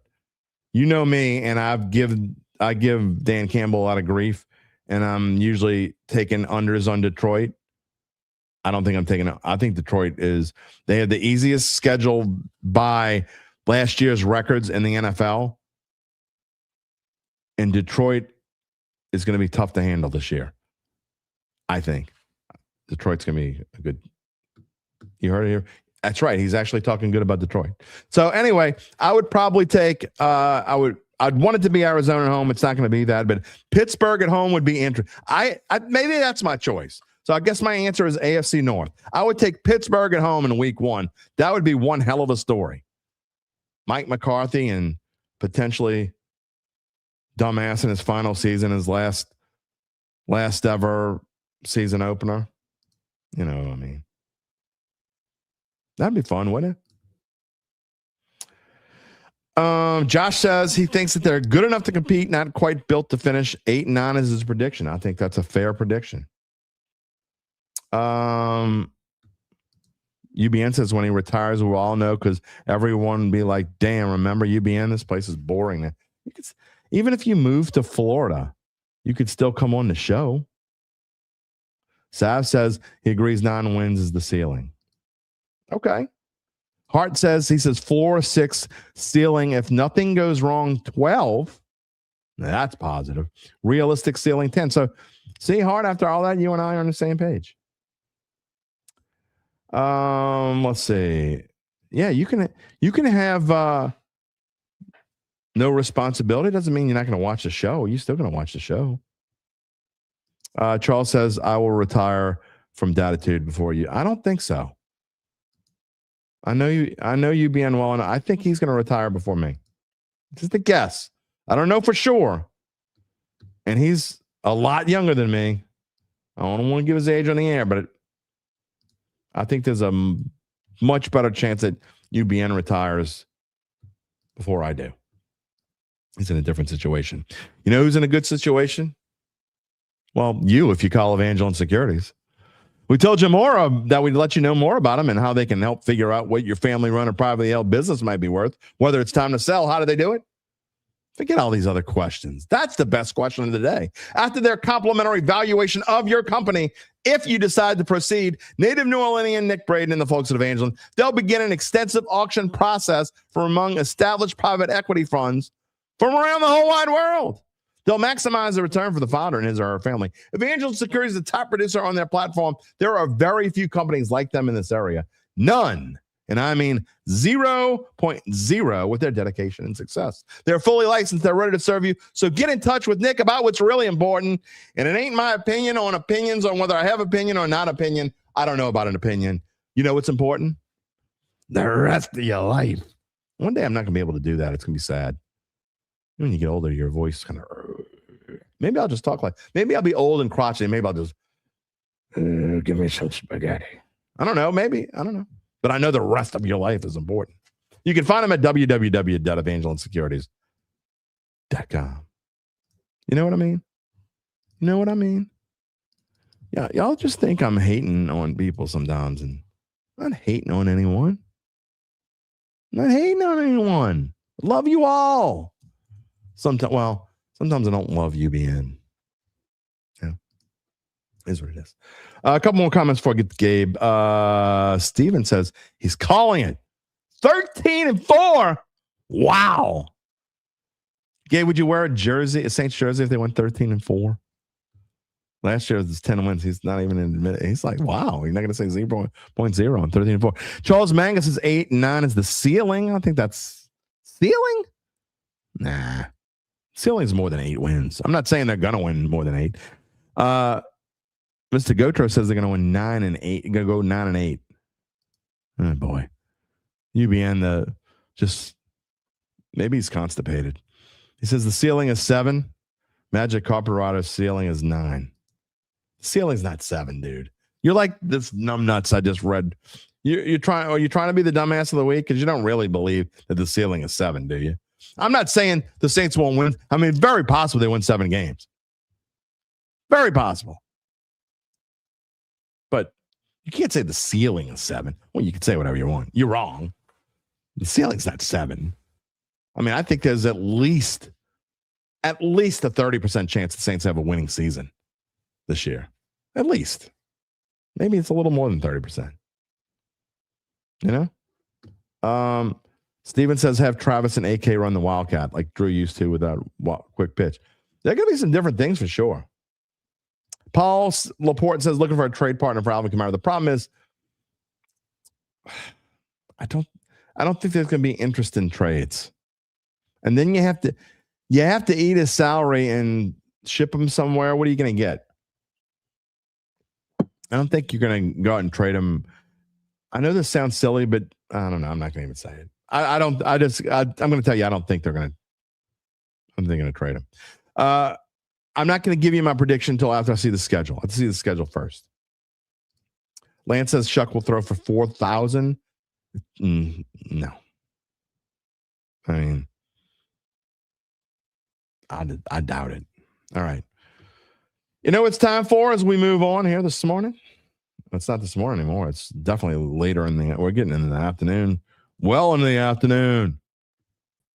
What is on your mind, Gabe Henderson? I've actually come with some interesting fun facts for you. Okay. That I just finished researching. So, in their history, they've been playing football since, 1967? 67. Oh. 67. The New Orleans Saints have opened consecutive seasons against the same opponent 6 times. In the same venue? Twice in the same venue. Okay. It's got to be So Atlanta. It's got to be one of them. Most recently against Atlanta, and the only time against Atlanta in 13-14 in different venues. Okay. Then it's 03-04 Seattle in different venues. Seattle. Okay. 97-98 at the St. Louis Rams. Weird. Both years. Oh, well, they were in the same division then. Then it was 95-96 San Francisco. Different in the same venues. division then. Okay. 82-83 at home against the St. Louis Cardinals in back-to-back seasons. Nah. 71-72 the Los Angeles Rams, different venues. Same division. So same division. So venues. the St. Louis Cardinals back-to-back. Now the Arizona Cardinals. 82-83 and the Rams 97-98. Okay. The Cardinals at that time were in the NFC East at that point in time in the division with the Cowboys and the Giants. Earlier, someone commented on Alvin Kamara's wear compared to Christian McCaffrey. Alvin Kamara actually has about 333 more touches than Christian McCaffrey in their career. So he has more wear, not significantly less, as that commenter stated. We like receipts here. Just saying. I've got more receipts as well, if you care. Oh, I like receipts. By the way, before just to show that I'm loving, I got to give some love to Hart too. By the way, it says 3 division wins is reasonable between Cleveland Giants Raiders. Should be 3. Imagine we'll get a few more from there. Yeah, I think that's reasonable. But y'all check out Hart's podcast. Hart he actually has 2 podcasts. But the most recent one that he started, he is on episode 6 now, I believe. And I have not had a chance to listen to the one where he says he's given us a shout out. So I got to go check it out. And again, it's the same reason why I haven't watched LSU baseball or NBA playoffs or NHL playoffs. I've been super busy, and all my free time, whatever free time I have, I've been watching basically the Cubs. But give Hart a check. Check out his podcast. It's called The Heartland. You can find it wherever you find your podcast. Give him some love as well. We would appreciate that. Kyle says, if Shuck throws 4,000 plus yards, 7. What? Come on, Kyle. Wow. He says if Shuck throws 4,000 plus yards, it's 7 wins. If he throws between 3,000, I see what you're saying. If he throws between 3,000 and 4,000, 8 to 10 wins. If he goes for more than 4K, we won't have a running game. Balanced offense would yield. I don't know, Kyle. I think if he throws for more than 4,000, I still think there's going to be a fairly balanced. I don't think it's that linear. I think if he throws for 4, logic. Right. I understand the logic too. So anyway, all right. More facts. We like facts before we get to that date. That's some facts.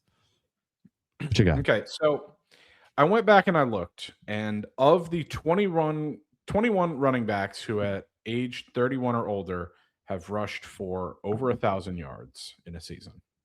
Age 31 or over. Age 31 over 1,000 yards. Rushing 12 or of total the 21. Offense? So just here. So this is just rushing. Okay. 12 of the 21 have gone over 1,000 yards rushing in the previous season. So I didn't even bother looking at total because they went over 1,000 on the ground alone. Okay. All right. 14 of the 21 had 1,000 plus yards of total offense in the previous season. The 2 that were added to that category were Raheem Mostert and James Brooks, when you factored in their receiving. And then we have the other 7 players. Well, it's really it's only 20. I put 21 because I had 6 players, 6 other players. I factored, so there's 6, yeah, and then there's Alvin Kamara. So Ricky Williams has got to be one of the 6, I guess. So here's the thing. So the fewest total yards in a season prior to rushing for 1,000 yards is Otis Anderson, who had 265 total yards. O.J. Anderson, 74 touches.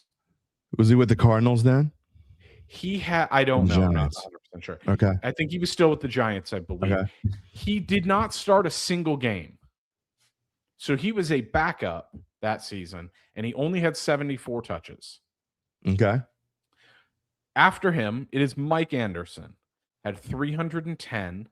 He only started in 5 games. And he only played in 5 games. Had 82 touches, 310 total yards. So not Alvin Kamara situation at all. Go ahead. So after that, it's Adrian Peterson. He had 514 total yards on 138 touches, only played 6 games. So all of those guys. So Otis Anderson had 0 games started. Mike Anderson had only played in 5 games. Adrian Peterson only played in 6 games. Yeah.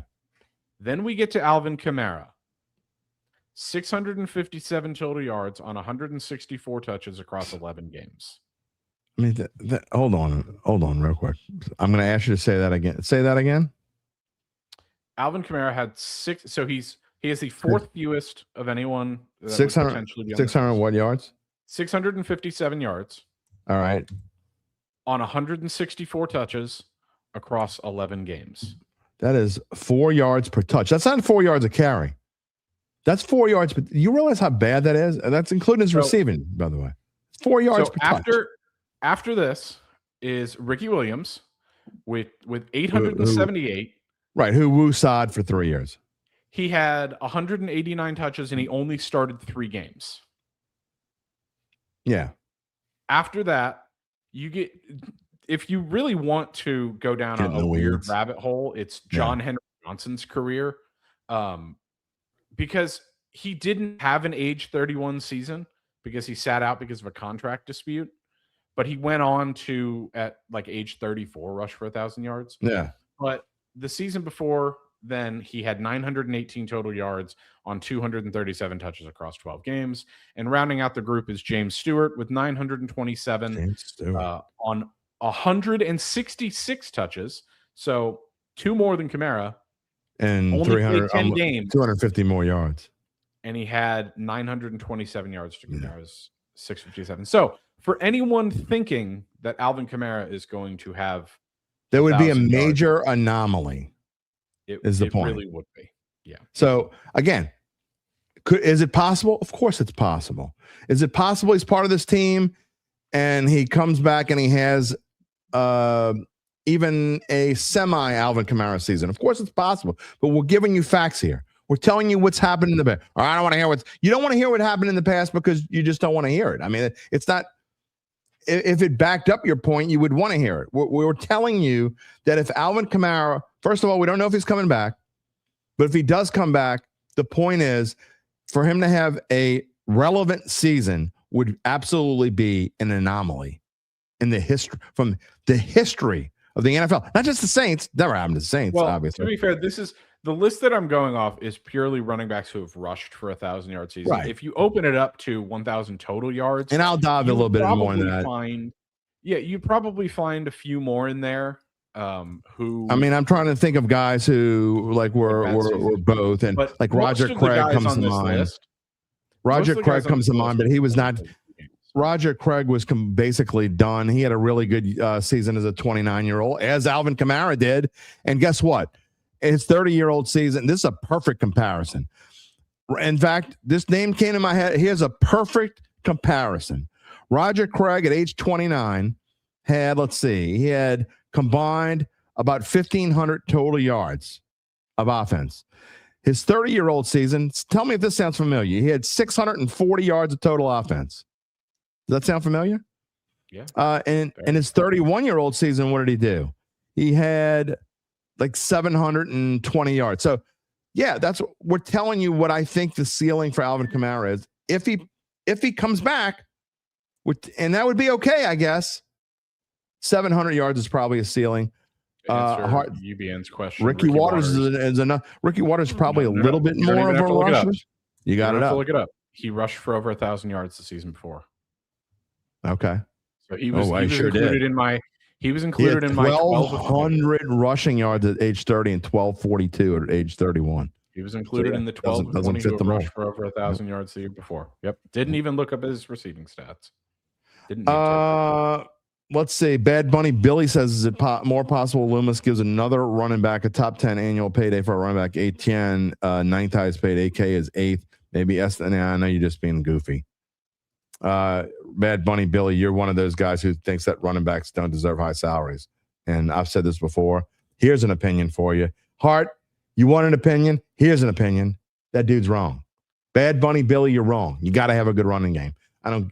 You don't pay that kind of money. You don't draft running backs high. You don't pay running backs a lot of money. Bullshit. To be fair to him, you can have a good running game without paying a lot of money for running backs. It's tough. You got to get a good rookie. You got to get a guy in a rookie. The Texans have done without, or ever since Arian Foster have done. Lamar Miller had 1,000 yards. I believe Lamar Miller was pretty good, but he wasn't very highly paid. They've had a few of those. They had Alfred Blue. Alfred Blue was really Alfred Blue from LSU. Forgot about Alfred Blue. Yeah, why not? Okay. Yeah, they basically made it. So I'm actually. By the way, the Texans were 1, 2, 3, 4, 5, 6, 7, 8, 11th worst in the NFL in rushing last year. Well, yeah, you do realize that their starting running back didn't play a single down of football, right? No, I'm just saying. You said you could do it without.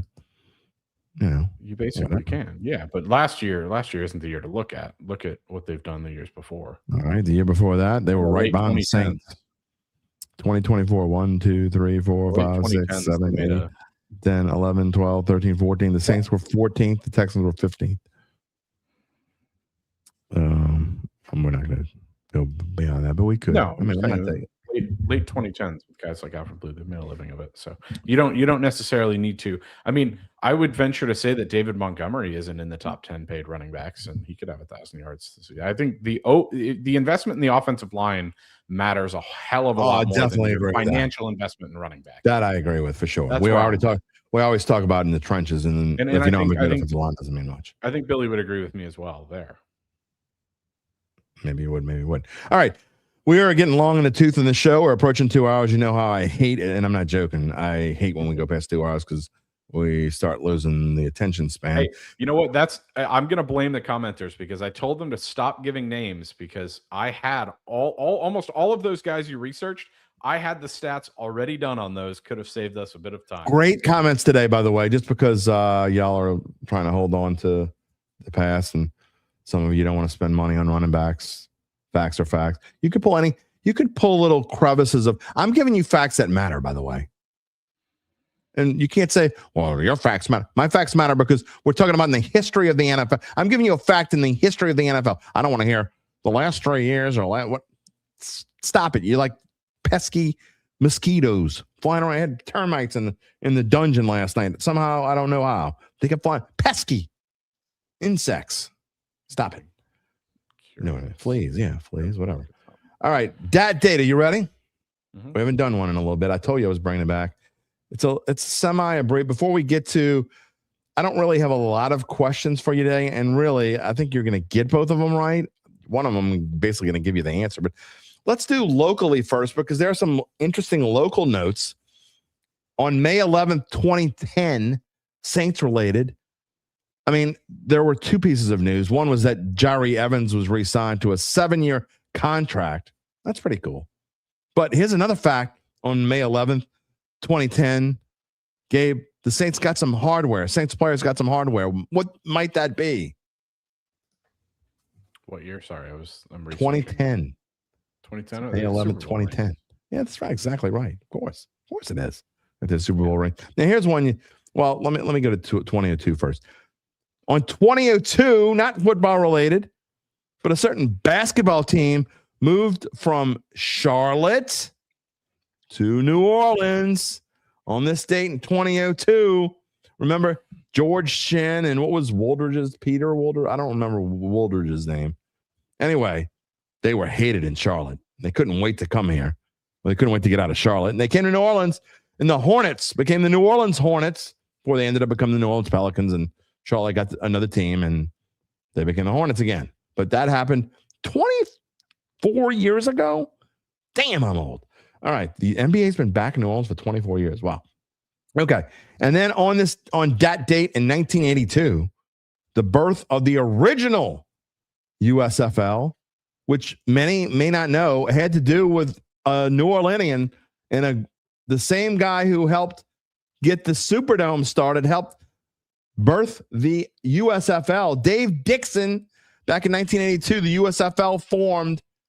New Orleans would not get a team until 1984 when the Boston Breakers moved here for one season. Remember Marcus Dupree? Marcus Dupree was the prime running back for the New Orleans Breakers. Then they stayed here 1 year and they left and became the Portland Breakers, and the USFL then went defunct for quite a long time. They might as well stayed defunct, and now they're part of the UFL, as we all know. But anyway, the USFL, its short little heyday from 1982 to 1985 had to do with a New Orleanian, and then New Orleans would get a team for 1 year. All right, here are your questions. Are you ready to go? And are you ready to be right? You're gonna be right. I'm going to give you right. Yeah, I'm always ready to be right. I'm going to give you the easy one first, okay? Because I'm going to give you a hint with it, and if you don't get it right, even if you don't know who this guy is, which I know you know, then you certainly have paid attention because he's been in the news the last week. All right, on that date, 49 years ago today, a Major League Baseball. That's right, 49 years ago today, a Major League Baseball owner decided he would manage his team for a day. They would lose to 2-1 to the Pirates, and they would later finish that season 61-101. I mean, it is Atlanta after all.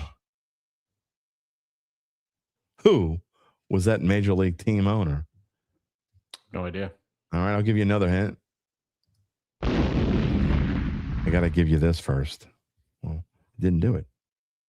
What is going on? My sounds didn't work. I'm really upset. My sound wasn't working. What's going on?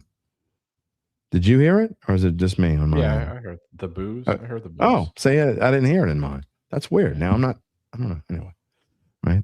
Whatever. Anyway, here's another hint. This team owner also owned a major news network at the same time. I mean, I know who it is now because of the comments, but oh, you're looking in the comments. Okay, I had the comments. I just saw them. Yeah, I could not have told you. Bunch of ding ding ding ding ding ding ding ding ding ding ding ding ding ding ding ding ding. Didn't know he owned the Braves. He also owned. I did not owned wrestling. I didn't know that. I didn't know what WCW was. So it's World Championship Wrestling, maybe. Not that I watched it. Anyway, World Championship Wrestling. You're correct. I'm really upset. I can't hear the sounds. That's really upsetting me. All right. On that date, we're really slowing down here. On that date in 1972, this all-time great outfielder, the thing of all the all-time great outfielders that you know, was traded from the Giants to the Mets. I can't imagine the uproar from Giants fans, and be something along the lines of the Saints traded Archie Manning to the Oilers for some washed-up offensive lineman. Oh, wait. They actually did that. Who in 1972, what all-time great outfielder was traded from the Giants to the Mets? In 82?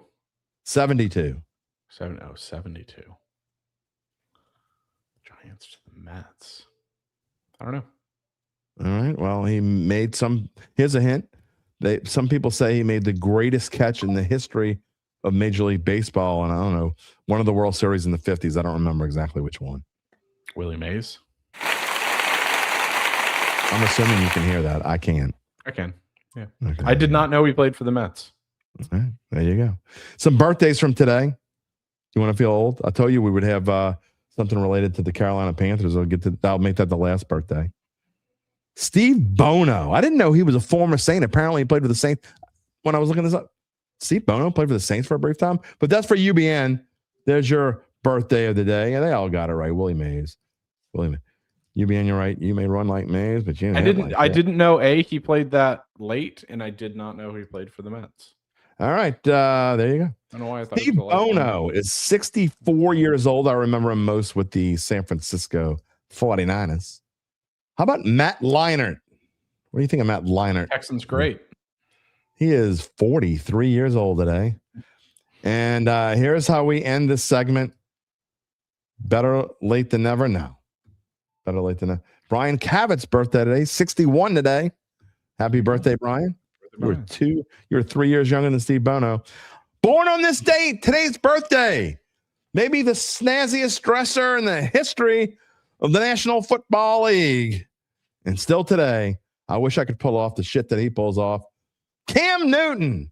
You may not like him, but he is one hell of a dresser. 37 years old. Dresses better than he texts. Then he texts? Yeah, have you ever seen the way he types? No. He uses some funky letters. It's weird. Does he really? Like what? I'll find an example and I'll show it to you after the show. Yeah, it's weird. Right. Can't wait to see it. All right. I will see you Wednesday with the Red Bean. Before we go off, I've got a trivia question for you. Oh, okay. I like this. All right. If Bad Bunny Billy is still here, he's going to like this. Okay. Of the teams that finished last season, top 10 the teams that finished last season. Okay. Top 10 in rush yards per game. Of the teams that finished what did they do last season? They finished top 10 in rushing yards per game as a top team. 10 in rushing yards per game. Okay. All right. How many of them do you think had a running back in the top 10 highest paid players? Or top 10 highest paid running backs? I'm sure this is going to go back to if we're making Bad Bunny look good and making your point. I still think you have to have a good running back. I don't care if you spend a lot of money on a running back. Cam Newton once fended off 3 would-be attackers by himself. Yeah. And I will say, I don't know this number is a bit skewed because, let's see, one. Brian says 1. K-Man, who dat? Glad you're here. Two of these teams will have top 10 highest paid running backs when their running backs get paid. So, but you're telling me that some of them might be still in their rookie. Some of them are still in that. Yeah, there's two of them here that are still, or at the time, were still on rookie deals. So the answer is only 2 teams that finished top 10 in rushing yards per game had. How many of them how many are led by players on their rookie contracts? So that's what I was. So 2. All right, let me guess. The two. Well, actually, led by Saquon is the Eagles one of those? No, the Eagles did not finish top 10 in rushing last year. Okay, they had an off year last year. They bet you they were. So the 2 teams that were the Lions, Ravens, no, the Baltimore Ravens and the New York Jets. Ravens, Derrick Henry, Jets. Yep, they were the I believe 10th in rush yards per game with Breece the Hall, GD Jets running back. Yep. Wow. Where the Lions finish rushing? I can look that up. They must. That goes to show you how they underachieved. How much they missed Ben 14th. Johnson. How much they missed Ben Johnson last year. They finished 14th with that running back crew. 14th. Good Lord. 14th. Pretty bad. So the teams that will have top 10 highest paid running backs, the Buffalo Bills, James Cook, they were top in rushing yards per game. And he was still on a rookie deal? I believe he might have signed an extension. I'm not seriously 100% sure. Yeah, I believe he's gotten paid, and or he at least is going to get paid, and Bijan Robinson is going to get paid. So really, both of those teams are in there. But these teams might surprise you. You ready for this? Yeah. The Chicago Bears, the Bears, the Washington Commanders. Okay. New York Giants. The Commanders don't surprise me. Actually, the Giants Patriots surprise me. All these were top 10. Yeah, the Los Angeles Rams, the Falcons, we already mentioned, Rams and the Dallas Cowboys. Cowboys definitely surprised me. Answer your question, Hart. Where did the Saints rank in 2009? He doesn't think Pierre, Reggie, and Mike Bell cracked the top 10 in paydays. The answer is they finished 6th. And Reggie Bush was still playing on his rookie deal. So, of course, he didn't. I mean, these are sometimes Pierre was certainly playing. Pierre Thomas definitely playing on his rookie deal. And Mike Bell was just kind of a toss-in, if I remember correctly. Mike Bell was just, I don't know, did they pick him off the scrap heap? I don't remember. So here's the thing. If you open up the list a little bit more, Mike guys Bell like James was Cook. still also on a rookie deal. All those guys were on rookie deals. That doesn't count. So it's a bit misleading. If you open it up a bit more, James Cook, Tyron Williams, and Ramondre Stevenson are just off the list. However, with some of these other teams like the Bears, DeAndre Swift doesn't come in until, oh boy, here's the 14, 15, you know 16, what's weird 17, too when I was thinking about this game, doesn't 18th. Javonte Williams is 19th. We were talking about this the other day as well. Rookie running backs, and this goes all in line with the age of 30. Again, I don't want to open up a can of worms, so we got to get off the air. Yeah, but sure. Running backs, think about it.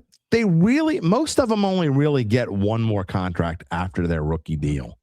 Yeah. So usually, if you're going to get a guy, I mean, you guy like a Kenneth Walker, they just happen to be still in their prime, but they're only 25, 26, 27 years old or whatever it is.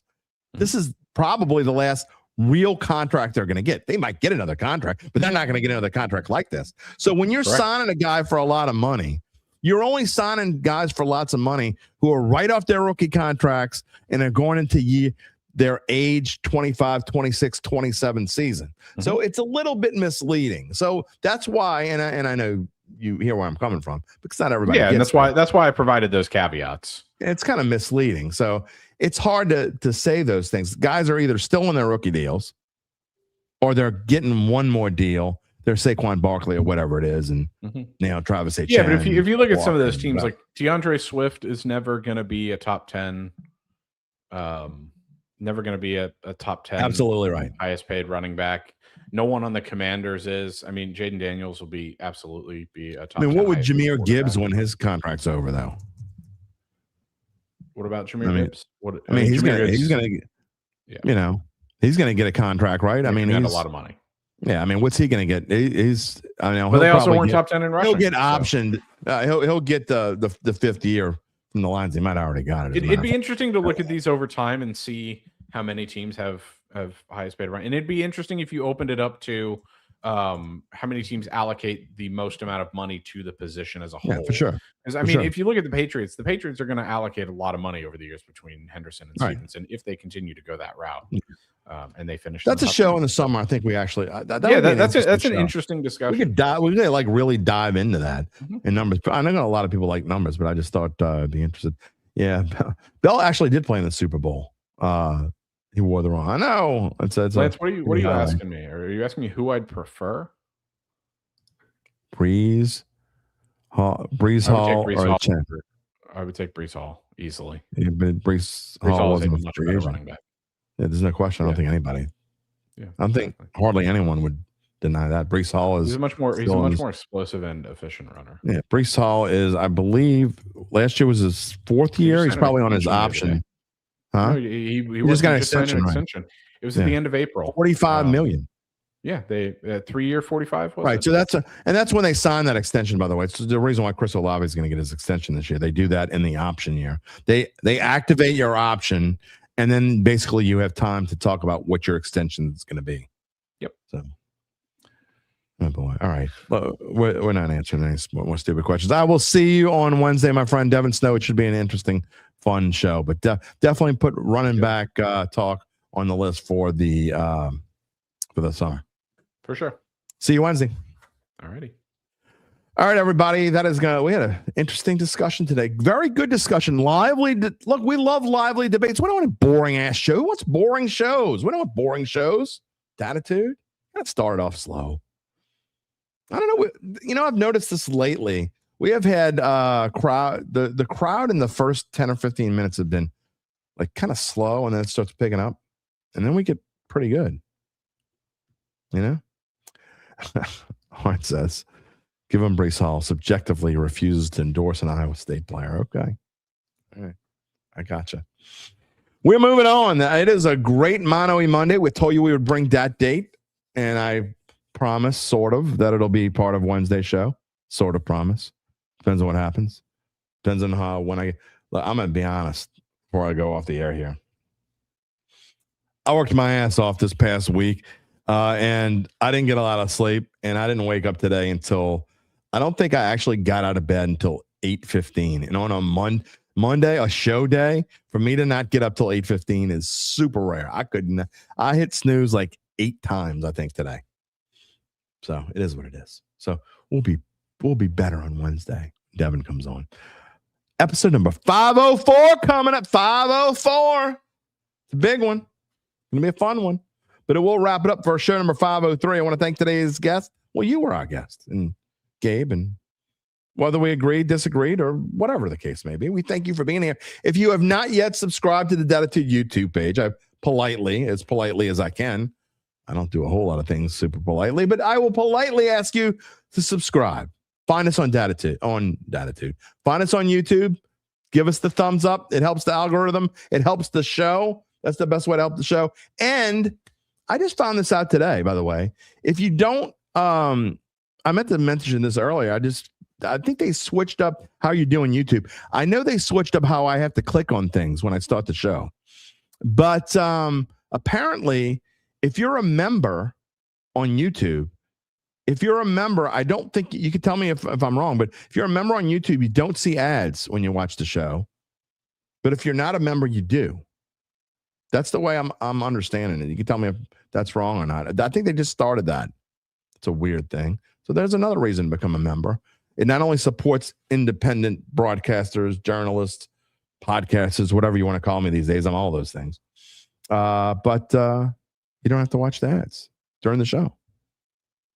You could also, not that I really would rather promote YouTube Premium over my own show because it costs about the same, but YouTube Premium is absolutely, I don't know how many of y'all pay for that, but going off on a tangent, absolutely worth it to not have to watch ads on YouTube. I think they just went up. It's like $15.95 a month, something like that. Absolutely worth it. I'd rather have that than Netflix. I watch YouTube way more than I watch Netflix. I don't know about you. So if I had to choose between one or the other, that would be my choice. Anyway. We also are wherever you find your audio only podcast, just like Heart. You find us on Apple, Spotify, many more. And you can, like I said, every Monday, Wednesday, and Friday, although this week's going to be a weird schedule. We will tell you when we find out what the schedule is going to be. Our next show, obviously, Wednesday, May the 13th, with Devin, 11 a.m. Central Time. We will be previewing the schedule advance. And who knows, maybe we'll do a Thursday show. I don't know the answer to that. He's got YouTube Lite. You did get an ad, okay? I'm trying to get you to, I mean, if you're a member, you don't get the ads. Jody you're a member anyway, but you have YouTube Premium. So interesting. Let me know in the comments, by the way, if you're still watching or you're still here, you're watching after the fact. If you aren't a member, the members, obviously you're not getting ads anyway. That's the way I understand it. If you're a member, you don't get ads. But if you're not a member, I'd like to know if you got an ad during the live show, or I know you got one if you're watching after the fact. We'll see. We will see you all on Wednesday. The weather's much better. It's about to get hot. It's UBN's favorite time of year. Time that I loathe. You know how it goes. Anyway, we're getting Devin ready. We'll see what he's up to. We'll get his take on the Saints. He's going to be uber positive. I can promise you. He's super excited about Tyler Shuck. Maybe we'll play one or two of his listeners. He's got some interesting cats that go on his show. So Wednesday's going to be a lot of fun. We hope to all see you back here 11 a.m. Central Time, or you can listen to us after the fact. Whatever you choose. Until then, no matter what way you watch or listen, we say, take it easy, my friends.